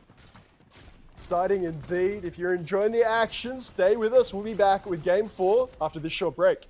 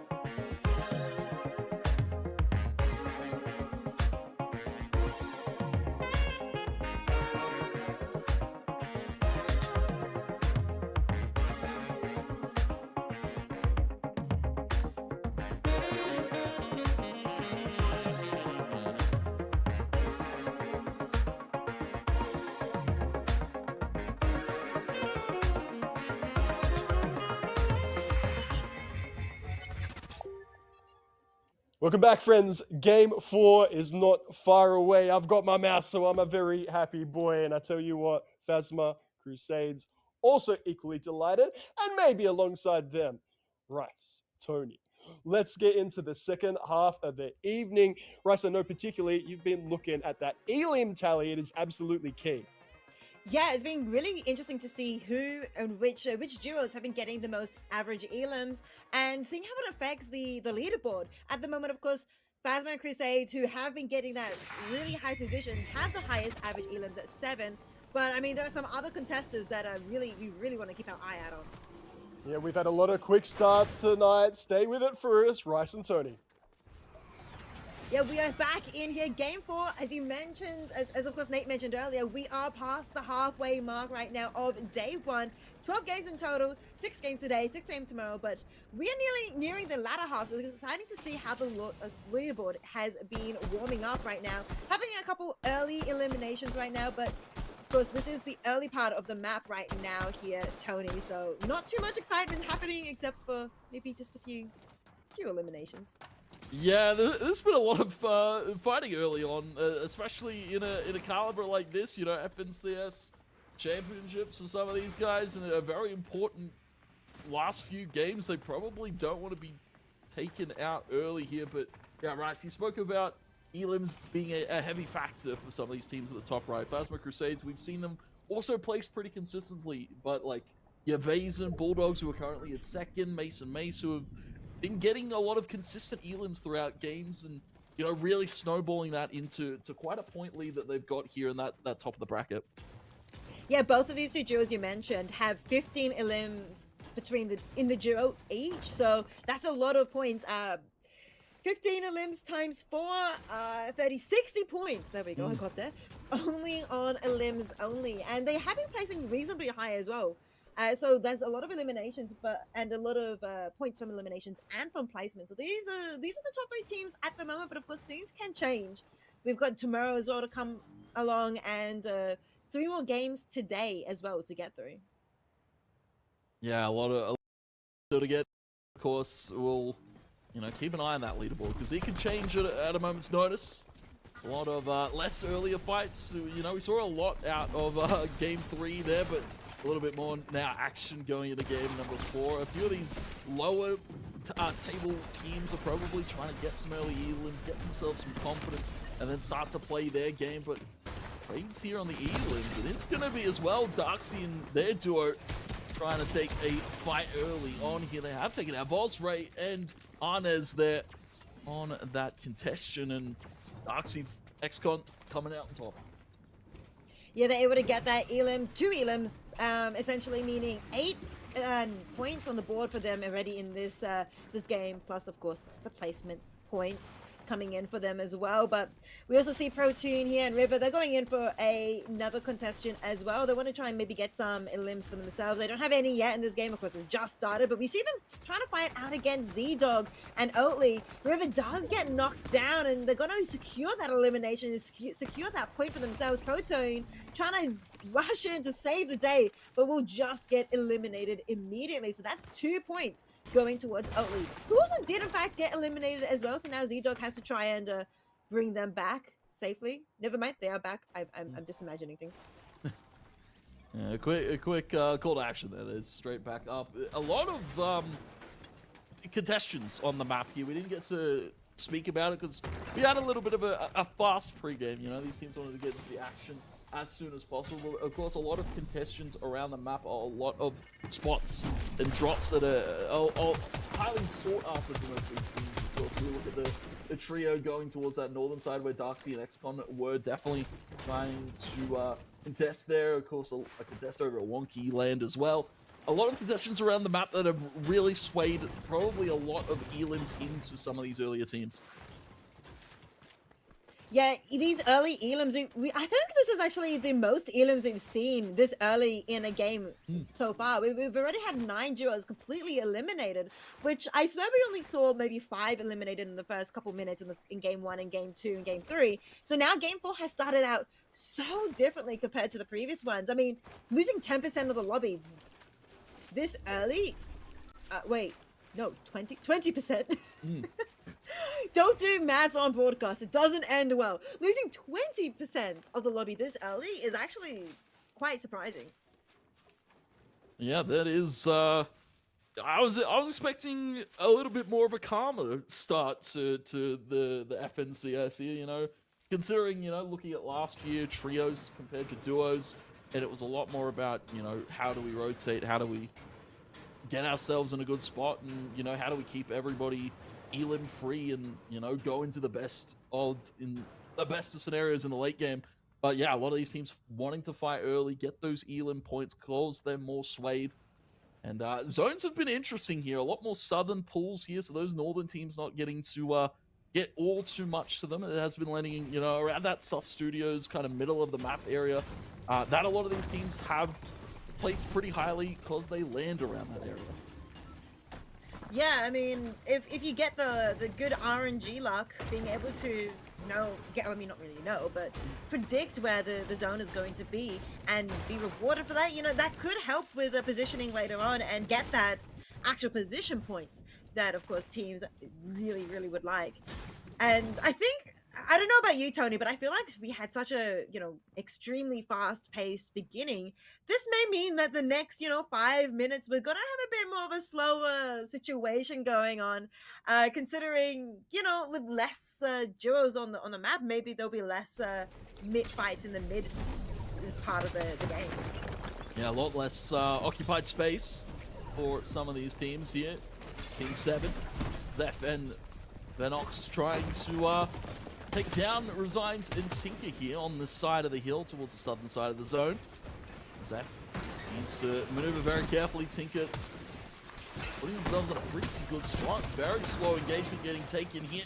Shots coming out. Zeph is still pretty healthy. Does have that fish. Does have a lot of pots as well to pop here.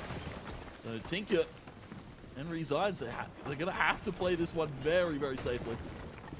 Yeah, they are. I mean, they're getting a little bit of chip damage from the storm as well, but it doesn't do too much at this stage, of course. But we can see Resign's HP is a little bit low. We'll be healing up right now, using some of those meds. This is the part where you wonder, is it worth using all these materials, all these meds right now to stay alive and take this fight? But right now, Zeph and Xenox do think it's worth it. They want to be able to try and stop Resigns and Tinker here and prevent them from getting into the safety of the zone. A few duos as well, fighting on the outskirts over towards the beach where we saw that zone pull previously. It was a little bit of a hard one to maneuver. Rainy and Volks now under fire here from Team 7. So they're just sitting very comfortably in this bunker, of course, taking a little bit of chip damage to zone. Not too much, though. The storm not too lethal early on. As it gets later, need to be cautious. Grab some mats on the rotation in. Going to be going more eastern for a few of these teams as they try to take up here. Of course, the zone pretty much central again here. A little bit more northern favored this time, though. Yeah, the zone is pulling a little bit of a different direction right now. We can see Minty and Bird here. They're trying to set up in a decent spot right now. They're nothing too scary happening around them. They don't have too many people and duos that they need to be aware of. They've got a pretty good spot here, so this might be a team that we want to revisit later on. Maybe they have a good high ground and able to take down some other members later. But right now, at the moment, we haven't had any other eliminations since the huge battle at the start of the game took place. Yeah, it's gone very quiet. It's are we in the same lobby as the first 3 games? I'm confused. What's the... we saw a lot of fighting early, a lot of fighting in the mid game too. That that favors the format a little bit more with how skewed elim points are. Bounce taking a little bit of a chip damage here. Him and Trot probably need to rotate a little bit more southern. A lot of teams occupying this northern side just outside of New Sanctuary. And yeah, a lot of these teams, it goes radio quiet, and you start to maybe doubt starts to settle in. Maybe, nerves get the better of you and you want to make a play, you want to make an aggressive move. And that's where we see some of these teams, especially teams that don't have that experience playing at that top level for quite a while, probably falter. Yeah, possibly indeed. I mean, we just saw Jet got eliminated there. I think as a duo as well, which does I think that was solo actually. Yeah, so that is one less duo on the board. 10 duos now fully eliminated. We see Goofy and Vortex got here, considering also potentially going into this fight against Fluffy and Hazard, just waiting for the right moments. I think they're also in the Storm right now, if I remember correctly. So if I can see the health bars dropping. So that could also be a really exciting Storm fight coming up. Yeah, a little bit of a rat position here. Of course, we'll see that zone pull Eastern. Yeah, they are definitely taking that zone right now. Of course, do have medkits, Chug Jug as well. So they're going to be sitting pretty comfortably. Vortex, Goofy, one of the teams as well you expect to place pretty highly. They haven't really done all too well. I believe currently in the top 15, and probably definitely want a breakout game for them if they're going to shoot towards that top of the leaderboard. They have one elimination right now in this game, but of course that's not enough to get you into that top 10 or even top 3 that I believe every single team here is trying to vie for, of course, because that top 3 will get you to that LAN. But right now, you know, being placed on the 15th, that is quite a big journey, so they want to try and get their placements up. Maybe that's why they're holding and waiting in the Storm for a little bit longer to try and wait for that safe moment to push forward. But the next Storm is soon approaching, so you've got to be very, very careful. We see Slixybot and MTB right now building themselves at the edge of the ring, at the edge of the circle, to try and maybe find anybody trying to push in slowly, you know, lagging behind, and waiting for the last minute to try and get some chip damage on them. I like the sky base from Rob and Mountain. Pretty good vantage point to see realistically almost the entire side of the zone of teams walking in here, snagging Star on the low ground. Do have a pretty good spot they can just tunnel their way in. As you know, you have to use up a ton of mats though to make that maneuver possible. So they're gonna have to be very cautious. Avalon and Pumpkin here, one of these teams that also does like to take a little bit of a higher ground position, are just below another team here. In the meantime, Quack and Saunders are trying to have a bit of aggression here against Yuki, trying to get into their castle to try and do some more damage and potentially eliminate them from the game, of course. But it's going to be quite hard to get through all these mats. They have quite a few, of course, on hand right now. And the Storm is approaching, and it's not just this one duo that they're now contesting. There's quite a few as well. We see Powers over there as Quack is down to 2 HP, just barely surviving somehow, as the Storm just stops. Quack. Storm Surge active. We'll need to see them start to make a move there. Rainy and their duo. Gonna be retreating towards the fields here. Gonna have to be cautious. Quack still pushing out a ton of damage there. That Storm Surge though doing quite a bit. Taking a ton here. He's gonna have to use that Chug Jug. Sundra and Quack under fire from Tinker and Resigns here below them. And they're gonna push the issue here. They're going in aggressively, trying to find, as you mentioned, Tinker here. They're doing quite a bit of damage. It's actually Quack the one that foe. Saunders last one left alive for this duo. Trying to save the day, but of course has to be very careful of that Surge doing so much damage. Out comes another Chug, trying to keep themselves alive, but just having to tank everything now. They're trying to go in to try and get that Tinker, trying to get revenge for Quack. But this is going to be hard in a 1v5 situation, and of course all that damage from the Storm. Yeah, it's just doing a ton of work to Sonder. That Chug Jug, all the meds slowly will get the shields up, but it's a great shot from Resigns there. Huge fight to win from Tinker and Resigns, as they'll now have their entire side of the rotation here pretty clear, so they're going to be able to get themselves in a pretty good spot. Northern side pull up just above Sandy Strip here. And a lot of these teams occupying that western side. We normally see this in FNCS. A lot of the teams skirt on the edge of the zone there. That way they have the best possible rotate in if they need to move.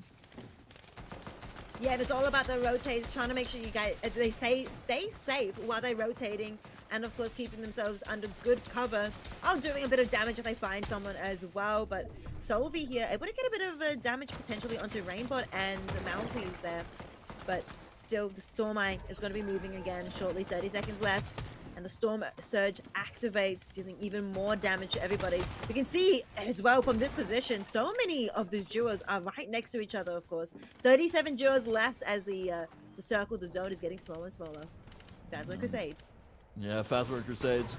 Been keeping an eye out on them so far. Decent. It's a solo right now. Gonna walk up on the Star, and Star actually going to win that one out. Actually, no, I tell a lie, it's a different duo. Star Gonna be bunkering down. He's taking a little bit of damage from that storm.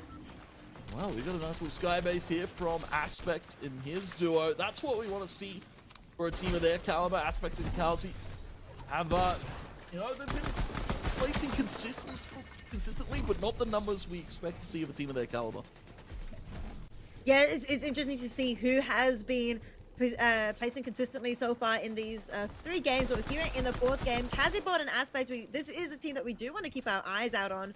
But as you mentioned, not performing as much as we thought they may be, but still early days right now. I mean, we've got all of tomorrow to go through as well. Z-Dog, Oatly, maybe potentially wanting to push Tame and Massimo, but not just yet. We also see Vortex and Goofy over there as well.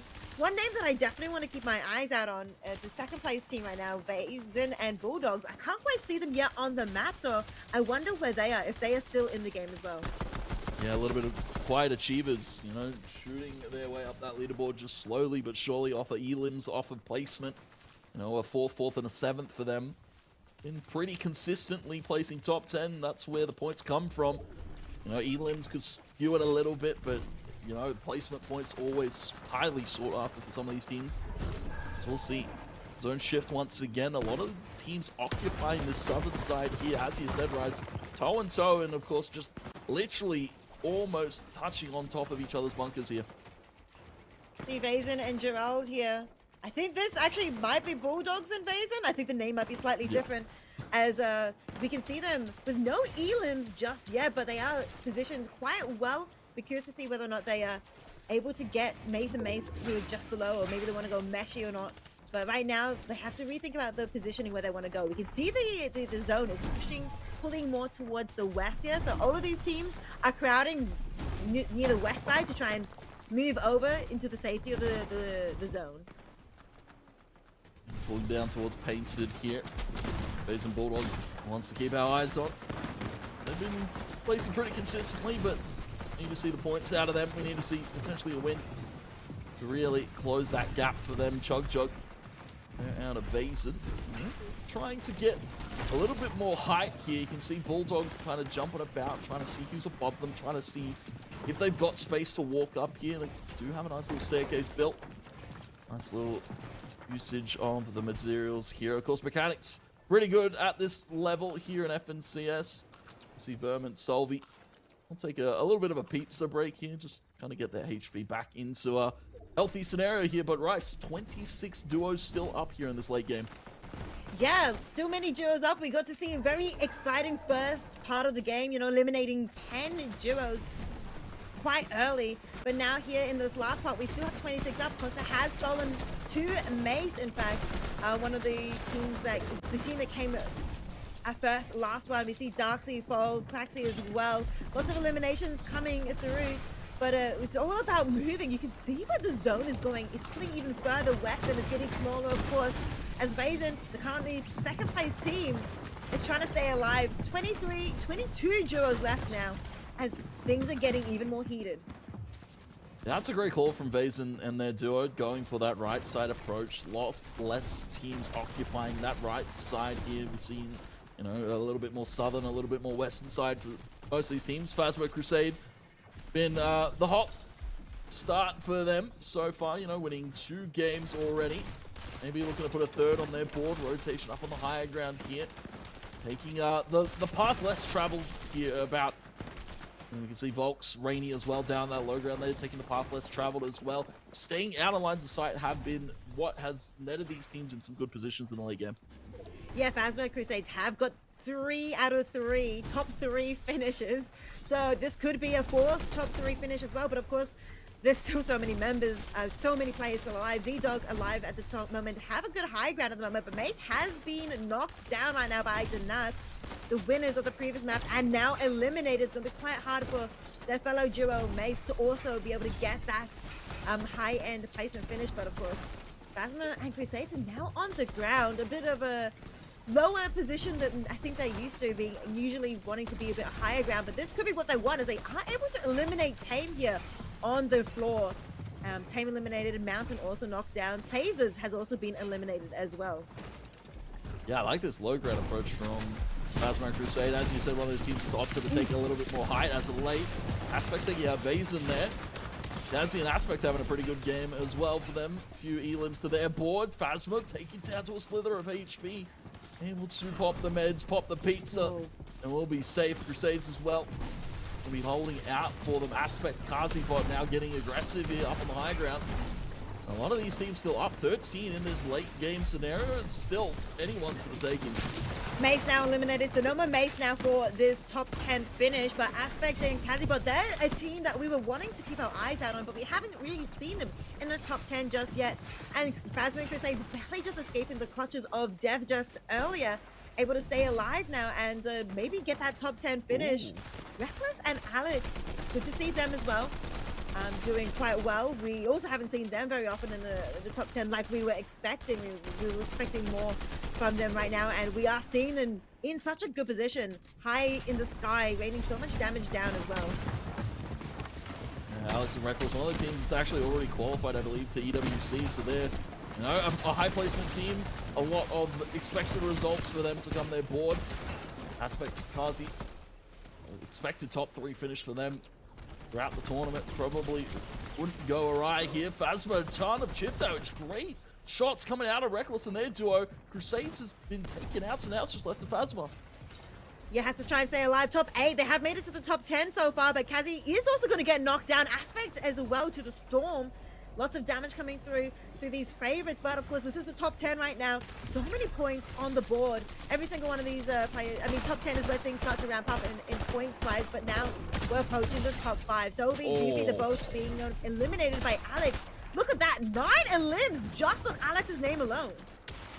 Yeah, Alex is putting this duo on his back. He's already lost his duo. Reckless been taken out, so now it's up to Alex to clutch it up here in this situation. 4 squads still up. Alex, of course, a solo. A few other solos laying about. Jay there just getting a ton of chip fire, a ton of solos. They're all solo here. Alex again moving this high ground pretty comfortably. The duos on the low ground, they're gonna have to be cautious. Yeah, 3 duos, well really 3 solos are left right now. Alex with 9 elims looking really sharp. This could be potentially a win coming out from Alex. Really good positioning as well with Jake's down the bottom with the other solo trying to contest them, but lots of damage coming through on it to Verme as trying to get through these. There's so much material currently right now, but 9 elims to the name. That's so many points right now for this team, Alex and Reckless. And they will be able to claim that victory out for Alex and Reckless. Yeah, that's a huge wraparound. Smart call to make from Alex there, wrapping around that hillside, knowing that nobody's really contesting him because they're both trying to walk through on that low ground. Nate, we finally get to see one of the favorites take one as well. Hey, Power are back. What about that solo rally at the end? I think a few of us have been waiting to see that. We had Mace stepping up in Game 3. Game 4, even more surprises. Now, you know where I'm going to start. The early game, 8 teams eliminated within 3 minutes. You guys are like floundering for your words, trying to keep up and whatnot. And then a bit of radio silence, a bit of calm, a bit of chill. We'll also note none of those 8 teams got a single Eglium. And maybe Rice to focus on some of the names you're talking about, who of course we've got, let's just say like a different name being used right now for this contest. But Bulldogs, sensational, 10th in terms of damage, 10th in terms of elims. If I can really quickly point out Resigns, 11th for damage, but 25th for elims. Simply not going to cut it at a weekend such as this, Rice. Yeah, I mean, if you're doing damage, that's generally really considered good, but if you're not getting the elims, you don't get points for damage. You get points for eliminations, of course. So, I mean, if you're dealing a lot of damage, great, but you gotta secure those knocks. You gotta secure those elims and get your team, your duos, those points. Yeah, I mentioned the duo. Tinker, 29th for damage, but 51st for elims. Tony, it's time to step it up. 4 games done today, only 2 remaining. Yeah, it's definitely getting to the tail end of the night, and you know, some of these favorites that we wanted to see or expected, you know, top 10 results here. You know, Mountain, Rob, they probably want to keep that pace up. Minty, Damo, one of those guys. Vortex is Goofy as well. We spoke about them at the start of the show. One of those teams that probably needs to keep it going. You know, some consistent results, but we need to see some high elim games out of them. Tony and Rice have got the enthusiasm, the hype. I'm bringing you the stats, and we'll bring it all together for Game 5 after this short break.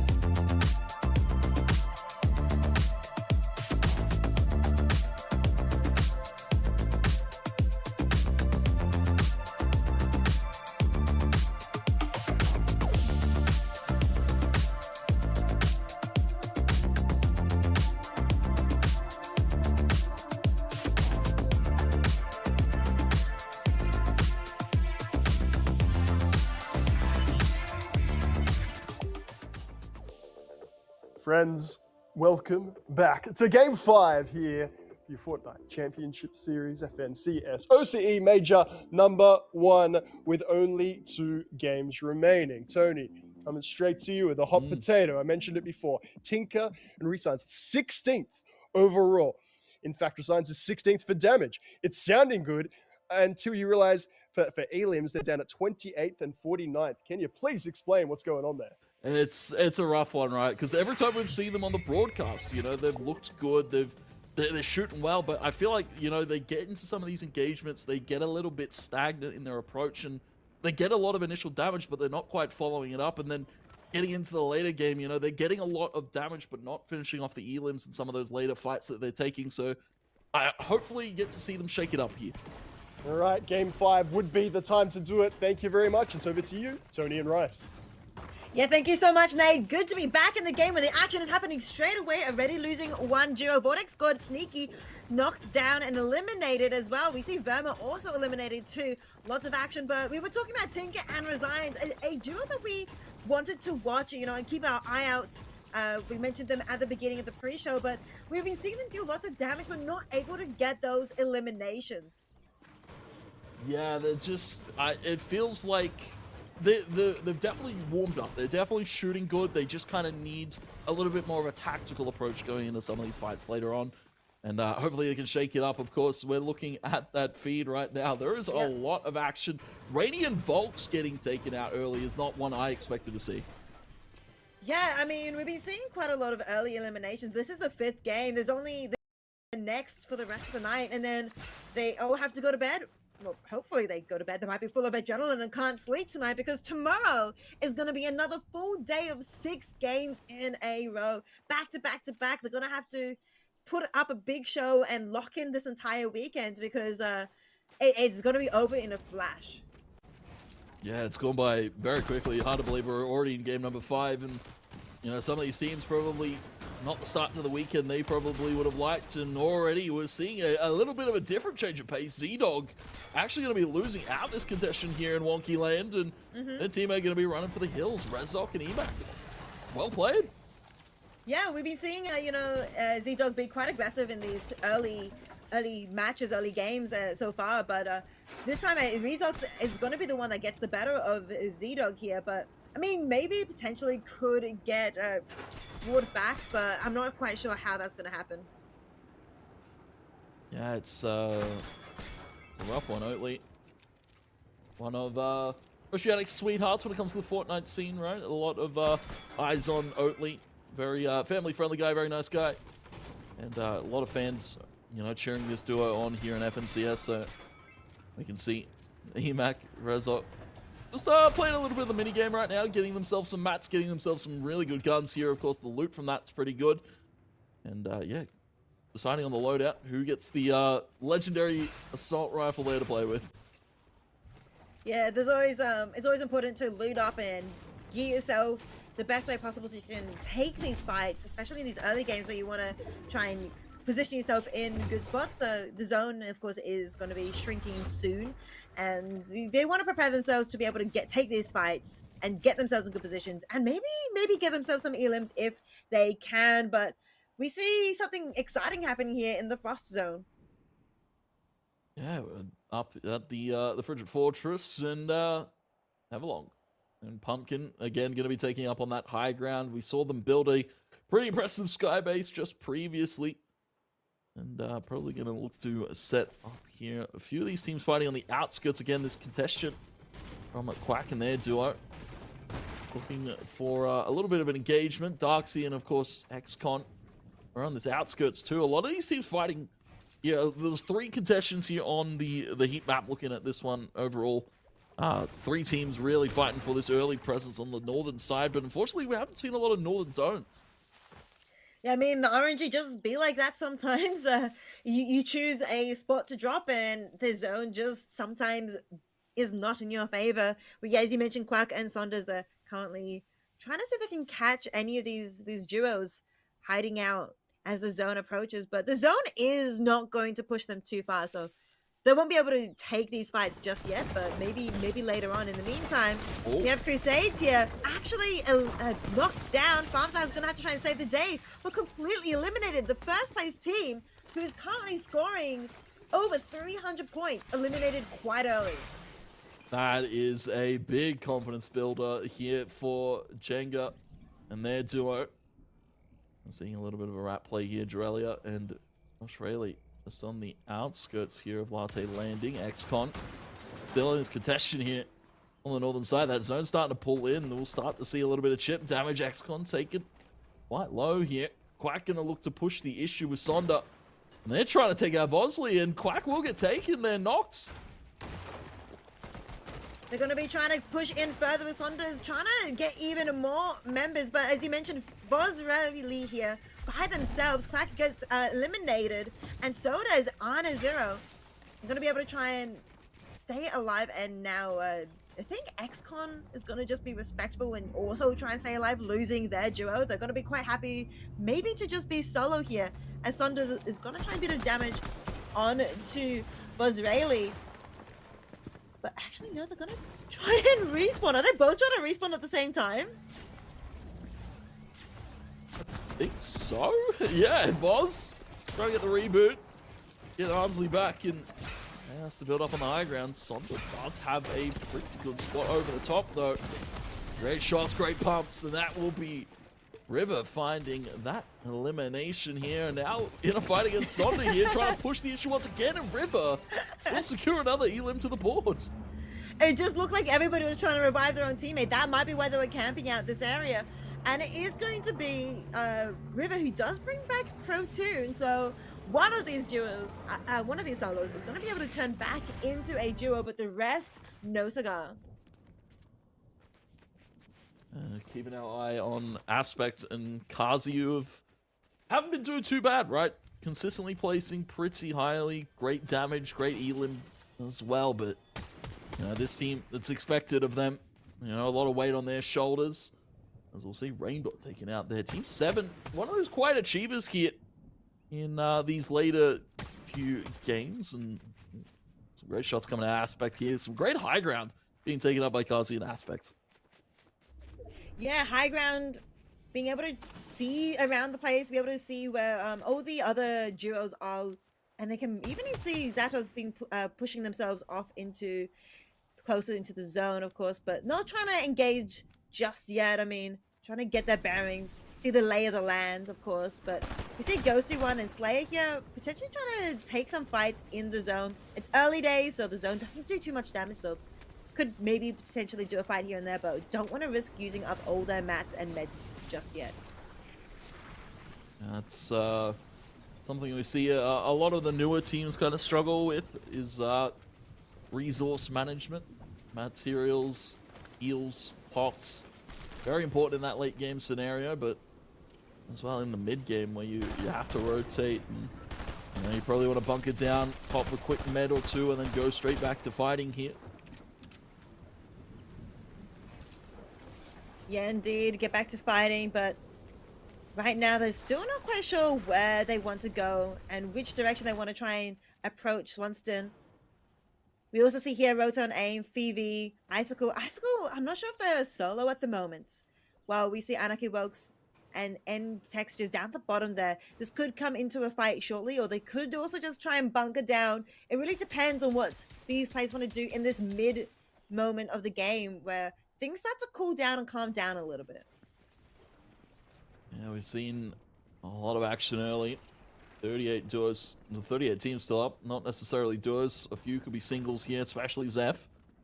Running around in this bunker, trying to run out a few teams rotating through Sus Studios and New Sanctuary.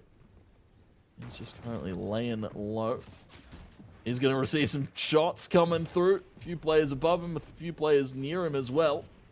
Zeph's going to have to be careful here, of course, trying to carry this duo on his back into the late game. Some great buggering, some great micromanagement here from Zeph. Yeah, lots of good micromanaging. They want to try and, of course, stay alive and stay hidden, but it's not possible. Rainbot spots them, takes them, eliminates them as well, claiming one more 4 more points, of course, for the duo, for the team. And we can see a bit of a tower being built by Sahils. Yes, Sahils, I think, is Icicle's duo there. So they've claimed that tower. They've claimed that spot for themselves. You can see Anarchy Wogs as well with their own little tower for themselves. This is sort of becoming a nice fortified town for each of these duos right now. But it really comes down to the fights. How are they going to be able to approach these fights to be able to get the victory, get those elimination points? And a team we haven't gotten to speak all too much about is the team in Massimo, one of those teams that were definitely in the top 10 contention, ones to watch for. Have had a pretty rough one, to say the least. So I was expecting a little bit more out of them, but maybe just a rough day. Look to shake it off tomorrow, of course. 6 games tomorrow. We're deep into it. Game number 5 here. Getting later in the piece here, of course, the mid game where a lot of these teams just going to rotate. You can see Mace on that outskirts. Massimo kind of just check in here on the outskirts of Dark Dominion, making sure that nobody can walk in from a position that could maybe catch them off guard. Definitely want to try and catch as many people off guard. Be able to dink a little bit of damage on the shields, but not quite enough to do too much damage. You can just get, of course, heal to back up. And we can see more building being happened, more towers, more fortresses being formed for these teams. They're not really just yet wanting to fight each other just yet. They just want to secure themselves a good spot, try and do a bit of damage, try and force people to use their materials and mats and meds and resources if they can. But so far, it's very quiet in this mid game. And very quiet. And get a moment to breathe after all the early fighting and, of course, the late game from that last one. Checking out the results. That last game pushed Alex and Reckless quite far up this leaderboard, currently sitting in 4th. As you said, top 3 still heavy in contention, as Nate as well alluded to. Heavy contention, especially around that 2nd and 3rd. Phasma Crusade going out early in this one as well. Means that there's a lot of teams that could definitely crack at that top 3, top 5. Yeah, Phasma Crusades sitting currently at 316 points. I don't know if they really got any points that many in that game that just passed, but that's a large 85-point gap between first place, Phasma Crusades, and Mace in second place. So even if they got eliminated early, I don't think anyone's going to easily overtake them. Only Mace, and Vazen and Bulldogs were the only ones that could potentially overtake. So we've got to keep our eye out on that. We now see Oatly taking out Protoon. I'm pretty sure Protoon was rebooted recently by the Joe, so not sure if they just got eliminated again once more. But in the meantime, Sahils is, of course, still continuing to build this massive fortress here in Dark Dominion. Yeah, great little sky base that potentially could structure here. Of course, going to be putting some stairs in that tower, making sure it's easily accessible for them to walk up and down. We'll see a few teams on the low ground. They're actually going to take the fight. Some great building here and put the pressure on. Shot out from Sahils. And Icicle is still putting the pressure on from the backside of things. It's a 2-pronged approach here. That's how you want to move with your duo. They already dropped Fella. They're trying to find the other one here. They will stall it out for the moment. Secure the elim, secure the points. That's what they're after. Yeah, able to get 1 elim's pretty good. I think they may also try and reposition because we can see a couple of other duos approaching. They don't want to get third party. You can see them jumping out into safety. But Icicle's lagging behind and will get knocked down. So it's like Heels is just going to yeet on out of there to try and stay alive and keep the duo in the game. Keep them in contention for high positioning. But, oh, there's a lot of damage coming from above and around the place. They have to build up quite quickly to try and stay alive. Able to successfully bunker down a little bit, but Novacore taking quite a bit of chunk of damage. Already half HP. Not sure if they're going to be able to survive as we now look at Meshi and Costa, who's trying to do a little bit of damage here onto Fisherboy. Yeah, the post duo here, I believe that's what CSC stands for. I would hope so, but you can see them currently bunkering down. Some great shots coming out, but I believe that was Mountain and Jay actually going to be stealing away those elim points for them. So Meshi, Costa, not really, unfortunately, reaping the rewards of that one in terms of the points. They'll reap the rewards in terms of resources, but we're going to be seeing a little bit of a more southern pull down towards Squibbly Shores here. And for the few teams on this western side, they have to be probably very happy with themselves. I see Mace and Mace still in the game. That's the only team, plus of course Vazen and Bulldogs, that could potentially, I mean actually quite a few teams, even Reckless and Alex as well, could potentially come and take that first place away. We can see Reckless still alive, Mace still alive as well, so definitely some eyes that we want to keep out on. We see Oatly and Z-Dog were able to bring back the teammates, which is massive for Z-Dog and Oatly to be able to keep playing this duo positioning for themselves. 32 duos are left in this game. We see Aspect also getting an elim in the feed, but things are starting to get warmed up here. 32 duos, 62 players, and the ring is getting smaller. Yeah, the ring slowly starting to come in here, and great rotate there from Oatly and their duo, getting in a pretty comfortable position. Of course, great rotate into zone if it pulls a little bit more as well. But we see a few of these teams starting to fumble their way in. EMAC, of course, just going to be getting some of the resources. Elim out of Resigns here. We hop on board with Tinker and Resigns. One of these teams that we want to see really finalize those points and get those elims to their board. We mentioned before, they're doing a lot of damage, but not able to secure any elims. And I kind of see this maybe happening in this 5th game as well. Still 0 elims, but I'm sure they've been dealing lots and lots of damage as well. So let's see whether or not they can turn things around a little bit. 30 teams left, so they're getting a tiny little bit of placements points, but that's not really enough to get them over the edge. Not enough to get them into that, of course, top 3 that everybody wants. Top 3 that they're after. Mountain, Rob, been placing pretty consistently, putting up some great numbers. Bumpkit and Everlong are going to be securing some elims there as we drop down to 28 duos, 28 teams up here. And this zone starts to shrink a little bit. We get more into the late game. Pumpkin, Everlong under fire a little bit, have to secure themselves some stairs, some mats that will put them in pretty good position here. But it's a hard spot to rotate out of. They're in a little bit of a lower ground and have to walk up this hill. Yeah, you mentioned that hill, and I think that's what they're going to be doing. Off they go, trying to build as well, but they're going to be met with a bit of a pressure from other people with their buildings as well. Sneaky Jenkins here, they have 2 elims, not too many, not too shabby, but of course they're in a situation they want to get out of. They're going to be bouncing over to some other duos, but they may be getting a hit on the way, but they are able to get into some safety and into the zone. That is the key thing here. They're able to get safely into the next zone that the current storm is pushing into. Yeah, great early movement. Some of these teams, we've seen them falter when they go for that early movement. They get taken out and get a little bit ahead of themselves, but Sneaky and their duo pretty good as well. They took out the lobby leaders at the moment. Crusades and Phasma are going to be kicking themselves. They're not involved in this late game, but they're going to be sitting pretty comfortably, right? 80-point lead above the rest of the lobby at the current standings, of course, bar this game out of the results. Hydra, Hurav, one of those teams that we saw quite early do a solid amount of work, put themselves in some pretty good spots, but now they're going to have to rotate in as well. Ooh. And they're going to be taken out. Hydra, not really much he can do about that one. Maybe able to get picked back up and get back into the game. In the meantime, Alex is doing a little bit of damage, but not quite able to only get 2 elims so far in this game. Going in now, trying to reposition. Of course, they're trying to get to that little tiny next circle, the next safe zone. They're able to regroup with their the duo Reckless as well, and build themselves some safety. Amazing play coming through with 23 total duos left. We can also see Mace still alive too. These are the teams that could potentially steal first place away from the current first place leaders, Phasma and Crusades. Everybody's starting to rotate in. This is going to be how you position yourself as that zone pulls further and further south. How you can maneuver the map too, because there's quite a bit of hill terrain here to deal with, quite a little bit of mountain terrain as well to navigate.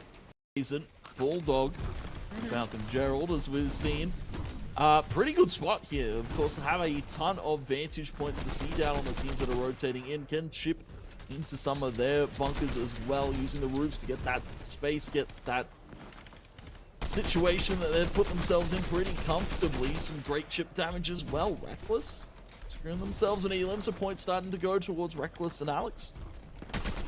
Yeah, they want those elimination points, but Rainbot is the one that's going to be eliminated here. But Vazen and Gerald, they are the two duos that we want to keep our eyes on, being currently third place with 218 points. They want as many points as possible, but still not able to secure any elims just yet. We can see the feed at the moment, the elim feed, showing so many eliminations across the board, but none of them are being attributed right now to our top 4 teams that we are wanting to keep our eyes out on. Actually, Alex did just get another drop, and so did Z-Dog. Mace has been eliminated, so may not be able to take first place just yet, but Vazen dropping down, wanting to try and get an elimination, trying to get a contestant right now onto someone, but not able to find anyone just yet. Yeah, a little bit of an aggressive maneuver from Vazen there. Of course, going to be taking back up onto the high ground here and just effortlessly moving throughout the storm as the rest of the lobby has to fight for that low ground and bunker themselves through into it. Top 10 here. Z-Dog will be taken out. Alex, great shot here. He's actually going to be on the low ground with his duo. And they are maneuvering this storm perfectly. But again, going back to Vazen and Bulldog, they've got all of the wealth of space. Nobody contesting them. Nobody even trying to fly up there because they took out Crusade and Phasma, one of those teams that probably would have tried to take the hide from them. Yeah, they're able to hold this high ground quite easily. But in the other hand, they haven't been able to get any elims just yet. We saw Reckless there, I believe, the team having 7 elims so far. Make that even more. I mean, look at that. That's now 8 elims for the duo. They may be in the low ground, in the trenches, but they're racking up those elims for themselves, and they're doing so comfortably. Now Bulldogs able to get themselves 2 elims for the duo, but is that going to be enough for them to get even more points and get that first place? In the meantime, 4 teams left in the top 5. Yeah, very respectable position from Alex and Reckless, taking low ground and staying out of lines of sight, right? Just silent assassins here amongst this storm. And we'll see Vazen. He'll go up. Jenga's taken low there. Will be able to elim Alex fully. So great point being picked up there by Jenga's. Resigns has taken out Reckless, so trades going to and fro. We're into the top 3 here. It's still Gerald and Vazen up on this high ground. They're on the high ground, but also we see Resigns and Sneaky also still in here, but Tinker, is the one that falls. And Resign falls too. It's going to be Gerald and Vazen that take the victory out, securing themselves a lot of points. Yeah, that's a lot of points to secure themselves, and especially with Mace going down early, they might have secured themselves into the top 2 there. Nate, how do you feel about that one? Friends, we're watching that leaderboard particularly, and Rice spot on about the elims. I'm wondering if they're watching and whether they heard, because they had fantastic positioning. No sooner did you just say that, they jump down there like, you know what, I see the big fat donut on my screen. It's time to get involved. Now, their finishes before that game 5. 4th, 7th, 4th, and then 16th. I'm pretty sure like it's a top 3 in there, and they're taking that as progress, if nothing else. Would you agree?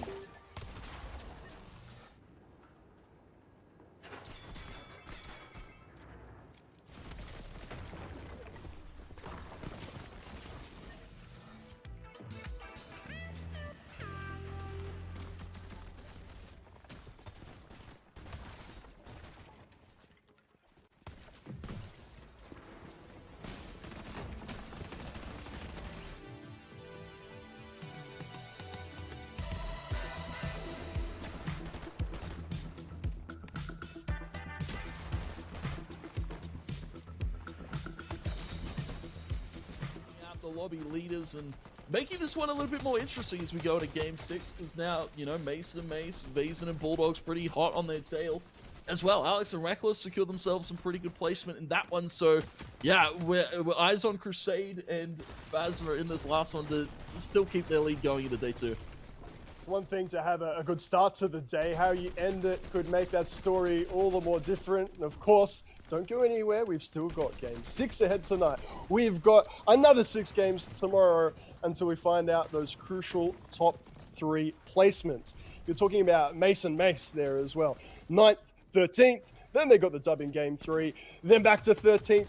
Is it possible, Rice, that they're just a bit of an outlier? Do you think they can really hang in those top 3 spots overall? I've been seeing, I think it's been very promising seeing Mace and Vazen and Bulldogs. They've been working really hard these last few games. I don't know if Mason Mason's going to be in the top 3 anymore. I think they might be dropping down to 4 or 5. We'll have to see when the numbers come out. But I'm excited to see what Basin and Bulldogs do. Are they able to get first place now, or are they only going to be stuck at second? What do you mean? Sorry, by the end of today or overall? End of today. End of today. End of Okay, this wow. map, rather, actually. I want to see the results Ooh. after this game. I got you. Just checking, because there was an 85-point difference between first and second last time that we had a look. I would love to see some different leaders in terms of the storyline, and it would have to mean, though, Tony, the Phasmir and Crusades have a just as bad Game 6 as they did Game 5. Surely they won't suffer that badly back-to-back. Surely not. They're going to have to really lock in for this last one, keep their heads high, right? You know, some rough placements for a lot of these teams earlier on, and, you know, we saw a lot of them really start to come to life here in these last few games. Of course, looking at the leaderboard, you know, Kazi Aspect, they've taken their foot off the gas a little bit. Teams like Vortex, Goofy, who we expected to see up at the top, you know, starting to put up some numbers. Hydra, Purev as well. One of those teams that peaked early are starting to put some numbers together. Mountain Rob have been consistently top 5 throughout this, so I imagine they're not going to move all too much. It's about this final game that's really going to separate a lot of these teams. I wouldn't mind either, Rice, if we had some newbies, some freshies, whatever we want to call them, I guess. The underdogs who stood up in Game 6, whether that's trying something different or actually trying to grind one out. I say that in particular, and I'm not going to name names, but in Game 5, we did have the quickest Elium of the day, a team eliminated just 25 seconds in. Yeah, that's pretty rough, being eliminated 25 seconds, and hopefully we won't see it again in Game 6, and we can have some of these newbies live a little longer and give us their story in this wonderful FNCS. Indeed, we are hoping that in the desk here, I know some of you are watching along with us here. Keep asking your questions in the Twitch chat. We'll be back for that all-important Game 6 after this break.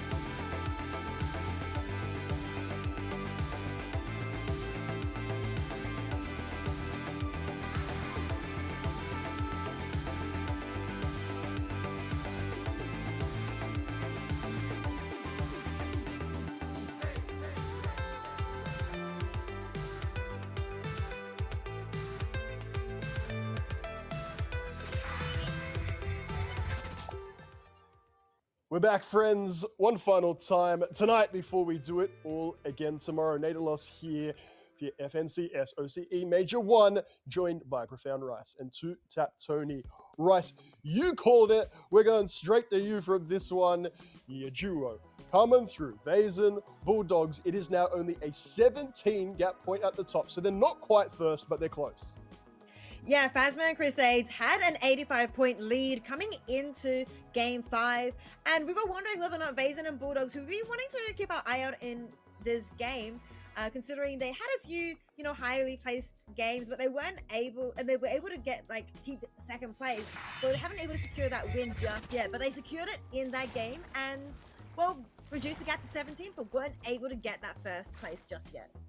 Well, they've got one more game to try and do that one more time. For today, it's Tony and Rice. Yeah, so we are back here for the 6th and final game of this day. Tomorrow, of course, doing it all again. 6 games in a row, 12 in total. And right now, look at that feed. We're getting having so many duos eliminated already off the bat. 3 duos are gone, Tony.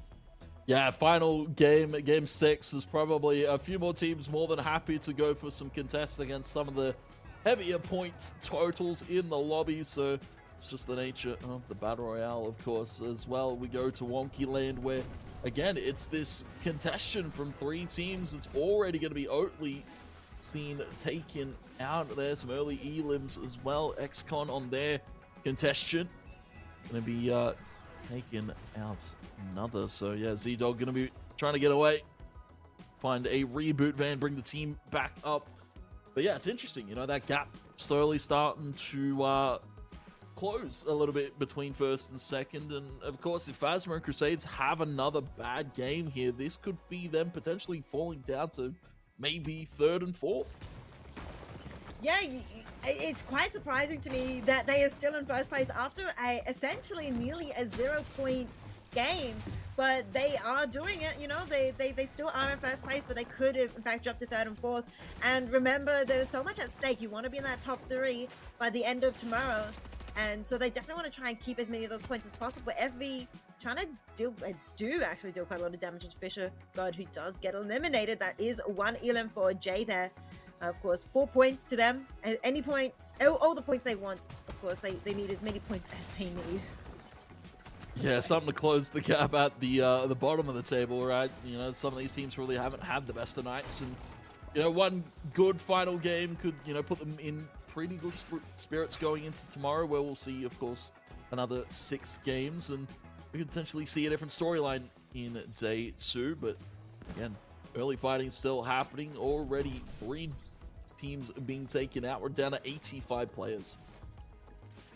85 players, 83 players now, 46 teams. Not as exciting as Game 4 was, where we saw 20% of the lobby being eliminated, but we're very, very close. 83 is very close to 20% already eliminated. And we have Sneaky here being rushed on right now, trying to protect themselves, get themselves some nice cover, but it might be all too little as they're doing so much damage. Seldom though getting crashed down to shields to flash only, but I don't know if it's going to be enough, as Seldom does get knocked down by Sneaky, and Sneaky is able to stay alive for now, and that might be all that's going to happen. But Sneaky's trying to now get that duo.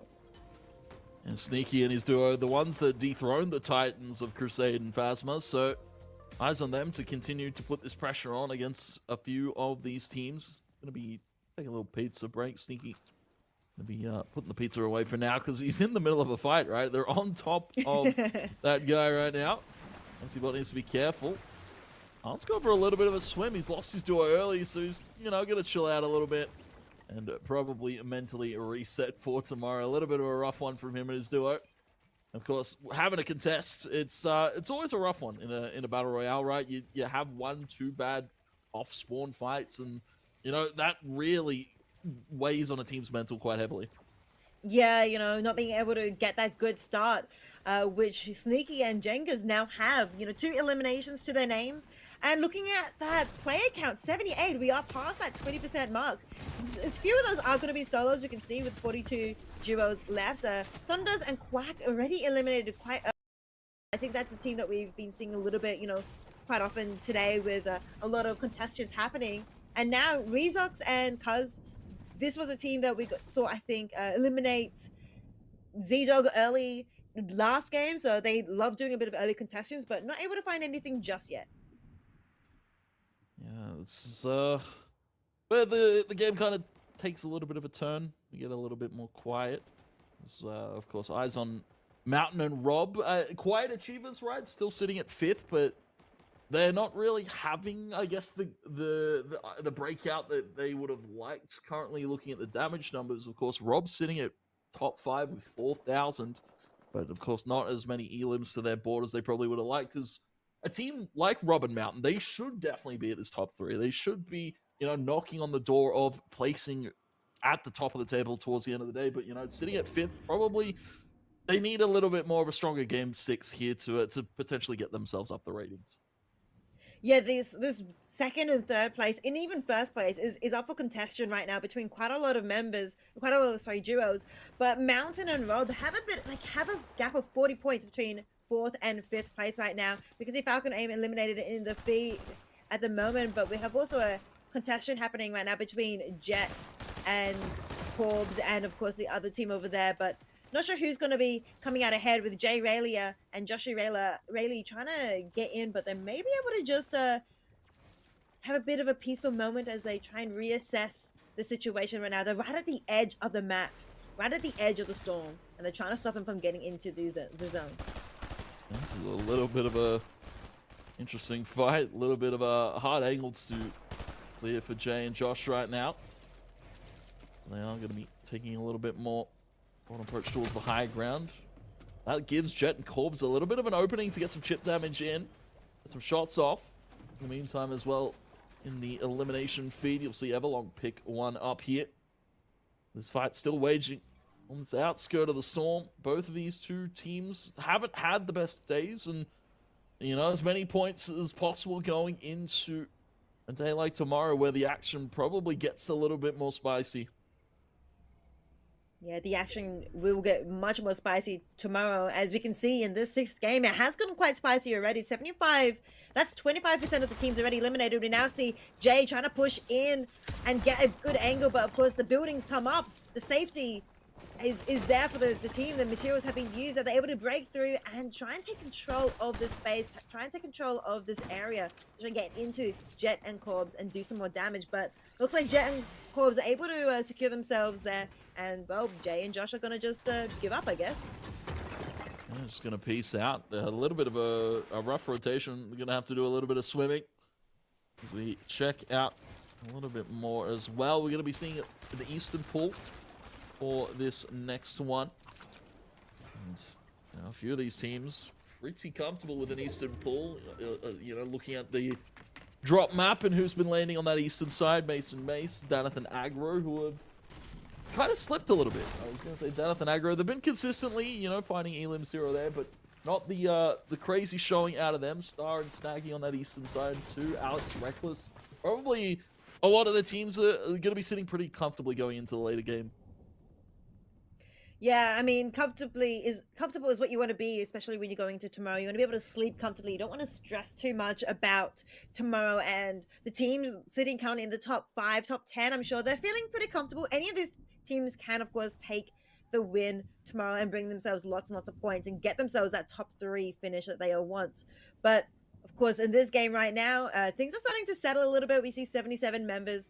2 of them must have been rebooted, so 40 duos are in the game, still 20%, and it has been pretty exciting. We see Protoon still alive, Star, Snaggy, they're also still around as well.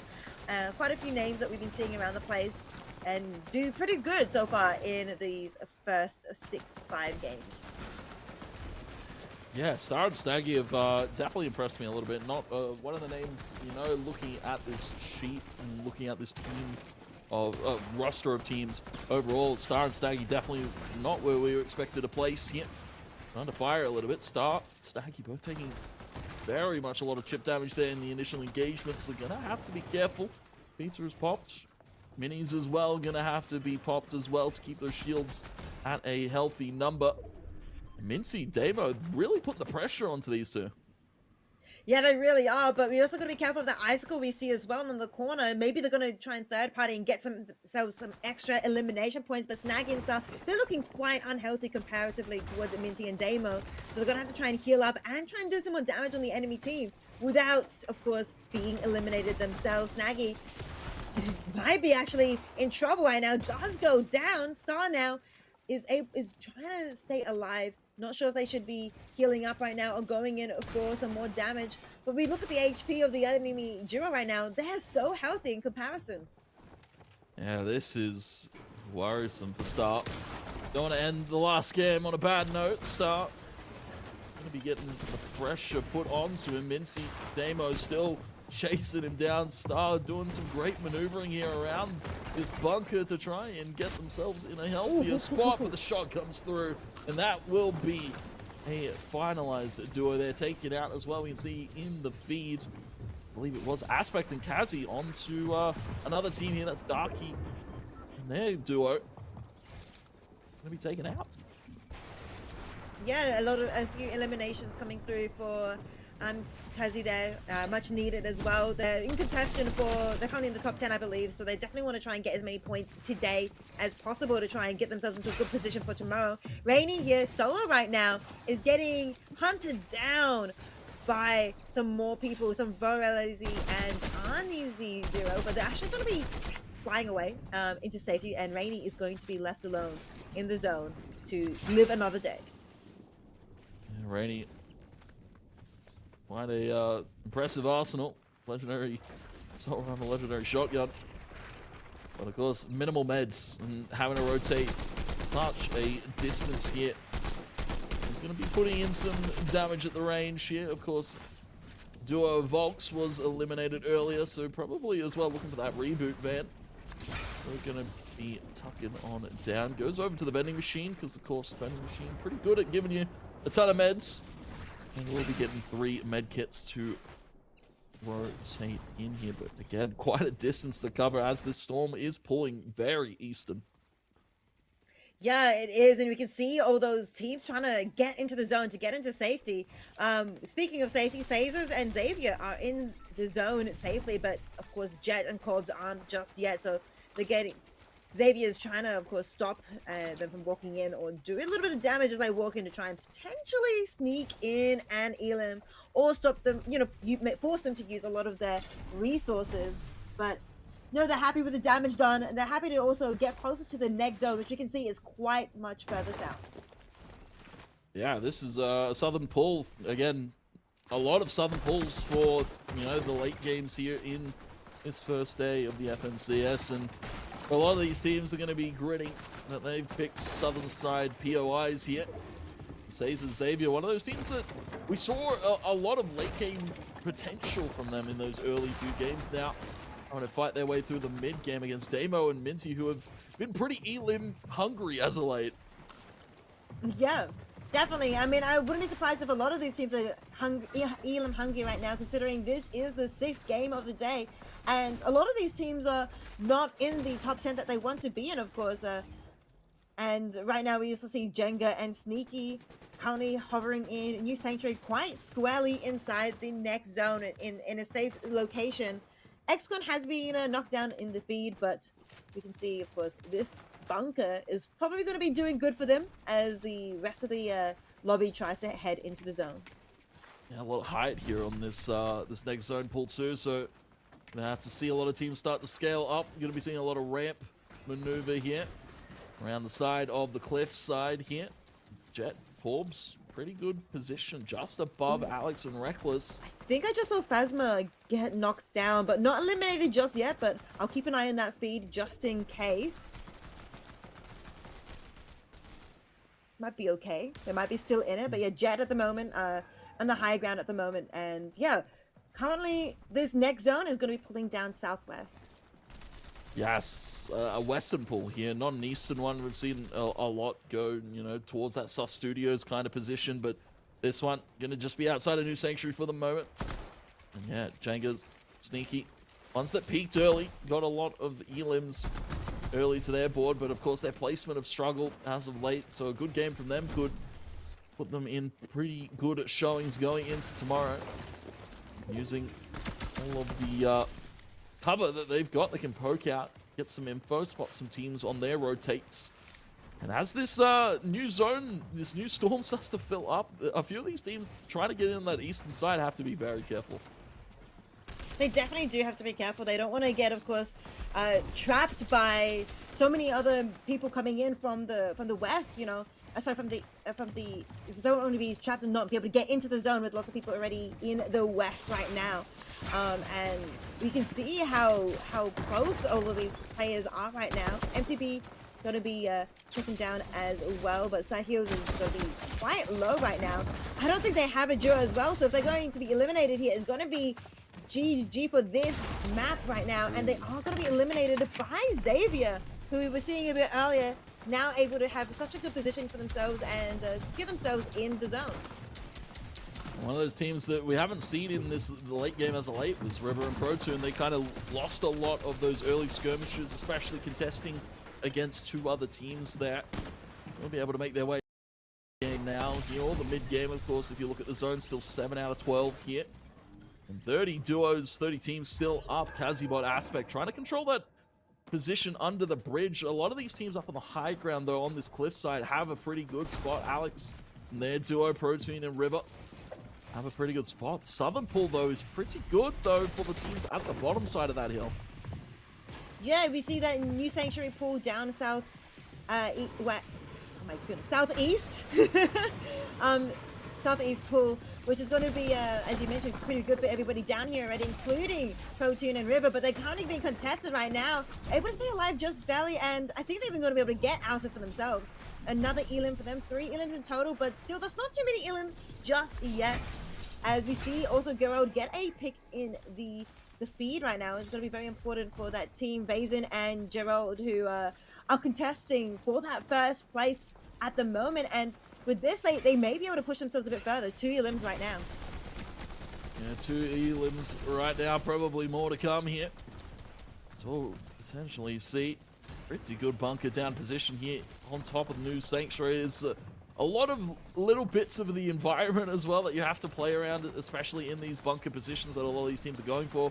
Above them, Tinker and Resign, who we've seen put up some impressive numbers, but haven't quite gotten the points there to get themselves up on that leaderboard. So taking down a team like Vazen could be pretty good for them. As the Storm Eye starts to shrink, it pulls further east. And a lot of these teams, it's a lot about keeping those mats, keeping those resources at a healthy level if you're going to be fighting for this late game. Well, Gerald and Vazen, they have pushed themselves further into a different location, try and contest them all, and also get closer, of course, to that next circle, which is even more southwest and even tinier, of course. We can see Reckless nearby as well, and that's someone that we are watching right now, Alex and Reckless. That's a team you also need to keep an eye on. Currently placed 3rd, so we have the 2nd and 3rd place teams right next to each other. But Hydra's the one that's going to be getting shot at by Alex, who does, I believe, get down, actually eliminated completely as well. Another point, though, does not go towards Az, it goes towards somebody else instead. Looking at the feed as well, Rob taking out Aspect, so Rob and Mountain on the chase towards that top side of the leaderboard. Alex near their duo now going to be taken up on the high. Great rotation here and great awareness from Alex to put those mats down, get those builds going for their squad. Tinker resides up on this height as well. Pretty good positioning for a lot of these teams going into the later stage here. 21 teams still up 35 in the lobby, and still a lot of fighting happening. Healy, though, it is actually Plasma Crusades have been one of the teams eliminated. They're not one of the top 21 teams right now, so anyone could now take first place and finish day 1 in first, including, of course, Alex and Reckless. We are watching them with eager eyes right now. Are they able to claim this first place? They are in contention, but so is Resigned, who's now taking up 1 elim. Look at the positioning of Alex and Reckless. They have the high ground, and they're trying to take down Resigned and Tinker, trying to do a lot of damage to their materials and stop them from progressing further into the safety of the zone. And you can see Tinker taking chunks of damage from the storm right now, and this may be a lot of damage dealt, but they will be able to jump into safety. In the meantime, Alex and Reckless are going to have to move. They do have the high ground. We can see Reckless going and jumping in further. Now, also another team to look out for is Vazen and Gerald. Vazen trying to get some good shots in. Actually, it's going to be Gerald. His base has already been taken out there. Sneaky going to be able to take that one. Mountain getting Elim, but so is Gerald. So that duo is now taken out.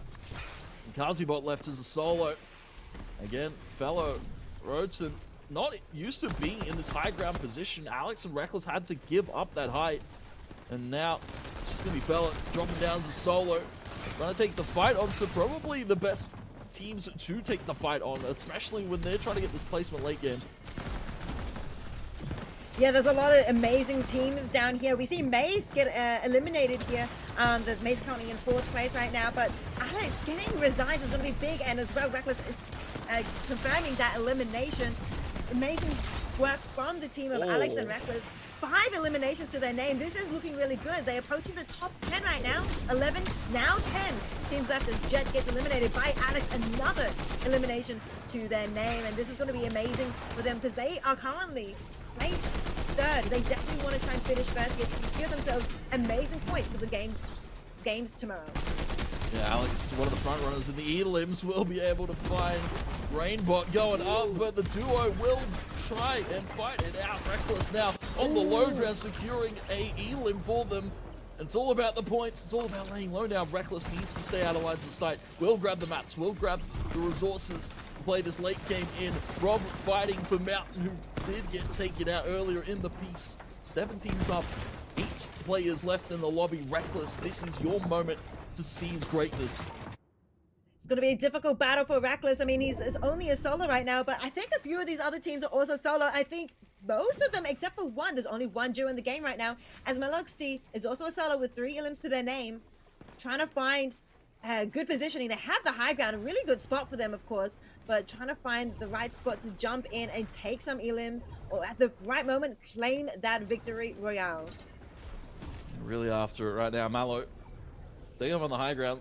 Did lose Rainbot in the process. Will be popping that med kit to get to healthy numbers. A few players on the low ground. Tinker's still in the mix. Hounds, who we haven't seen in this late game scenario, now has found fortune here. Tinker on the outskirts of danger here. No meds left as well, so Tinker's just going to have to rat. And with that, we have 3 solos left. Tinker, Hound, and Meloxy. Not sure exactly who is going to be the one to take this victory, but if Tinker takes this, this will be them taking first place over day 1, theoretically, if my math is correct, but don't trust me on that, as Meloxy is going to go and take down Hounds. It's now a 1v1 situation. Meloxy trying to get Tinker, but Tinker is a lot lower, doesn't have any shields at the moment. It's all up to these 2 members right now. Could the Storm be the one to take the life of Tinker? He's desperately trying to stay alive and does not. Meloxy takes the victory royale. Yeah, that's a big one to finalize there from Loxy and their duo, but Tinker securing 2nd place points. Pretty good. A few Elims in there as well. Gotta be happy about that one if you're Tinker. And, well, Nate, what a finalizing game here. I'm not sure that any of us had that on the cards. We keep saying, will there be an outside favorite? You know, maybe the top dogs will fall. That's actually what happened. The team is on point. We're in sync. Unfortunately, day 1 has now come to an end, but we'll try again for day 2. We're going to have a little wrap up, friends. Quite a lot to talk about. Rice Baby, absolutely on point with that analysis midway through. New leaders, we are, of course, calculating that leaderboard live and share those results with you, because not just a new team, a new duo at the top, but a new top 3 structure overall. Yeah, that's really exciting to hear. I mean, we mentioned earlier, you know, Phasma and Crusades, they built up so many points in those first 3-4 games, and they kind of dropped the ball a little bit in the 5th and the 6th game here. You know, eliminated in 40-something place in the 5th game, and now only 20 or 30-something in this game just now, which does open up the leaderboard for a new top 3. I'm not sure how far Phasma and Crusades were pushed down, but Baze and Bulldogs, Alex Reckless, and as well as Resigns and Tinker, those are the names that I'm very curious about. Where have they placed now that game 6 is finished? Yeah, you were big there talking about Tinker with that 2nd place finish. They went, Resigns and Tinker 2nd and 3rd in that last game, but some mid-20s results might not actually see them push up as high as you think. Tony, any predictions from you or any summaries there from game 6 before we get this refreshed leaderboard? Yeah, there's a lot to talk about.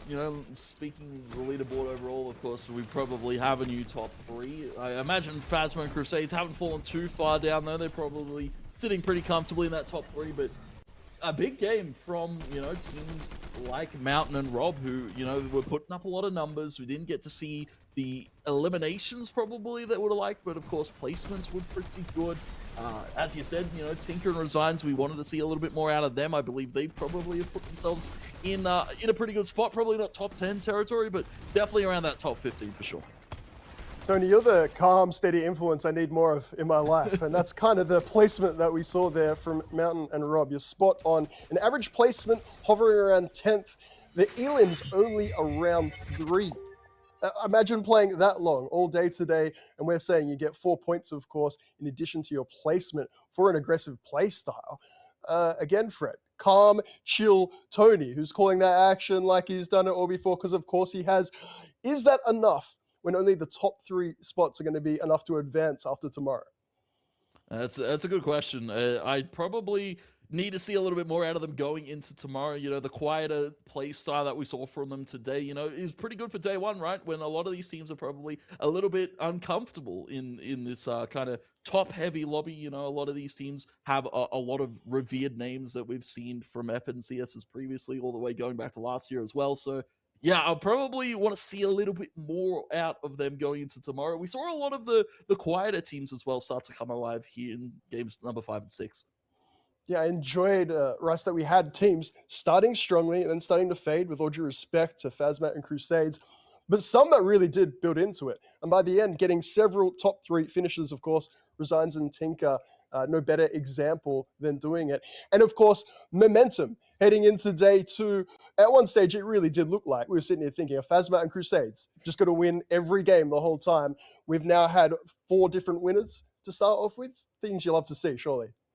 Yeah, no, I was very curious to see how Fastman Crusades were going to be pushing through the later parts of the day. They really did start off quite strongly, and that strong start, though, really helped them cement themselves in that top 3. I think they might still be in the top 3 here. I'm pretty sure they are, which is really good for them, considering they didn't really have a good last 3 games there. So really amazing work for them in the first 3 games, and that really shows consistency is very important, but you have to be consistently placed high. You have to be consistently be able to get lots of elims as well. Like consistency, even if you're consistently placed, 10th or whatever, or top 5 or whatever, it might not be enough. You do need that sometimes victory round to get yourself through. Yeah, we're of course focusing on the top 3, because at the end of tomorrow, that's all that's going to matter. But for now, your top 9 duos, have a look. I said there'd be new top places if you like. Then we've got Tony and Rice calling it out, and it is Alex and Reckless somehow after all of that.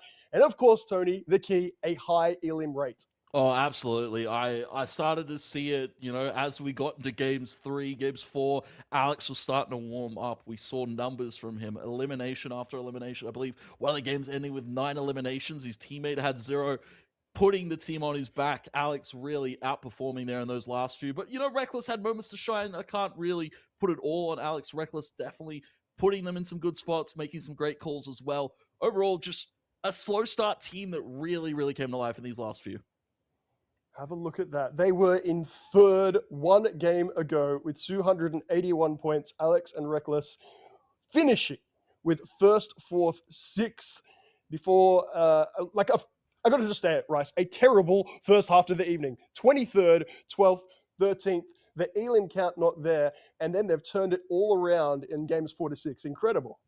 Yeah, a little bit opposite to what Phasma and Crusades were doing. Alex and Reckless had quite a bit of a slow start. We were wondering, is this the day that they were going to be having? Is this how the day will be ending? Just a sort of mid-bottom of the pack, which is not where we were expecting them. But they, of course, turned around, locked in, and put themselves in rank 1 with 345 points. I mean, Phasma and Crusades are second with 324 points, so still still being able to do quite a lot of work in those first 3 games, but these latter 3 games just proved more effective than the first 3.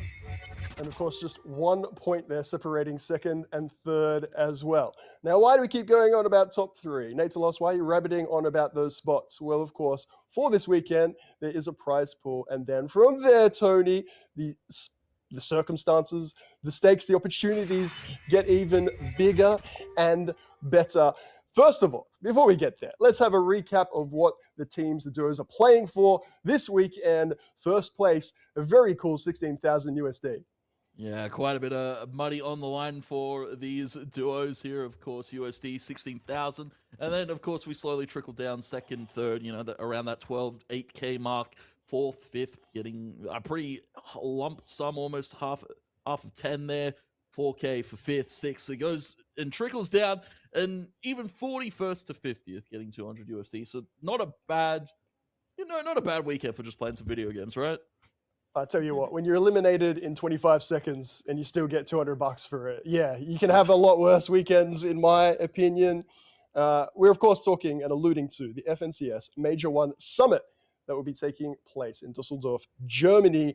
Rice, the prize pool there extends to 1 million USD, with the top 5 going all the way through to the Fortnite Global Championship. You can understand the pressure on these young competitors this weekend.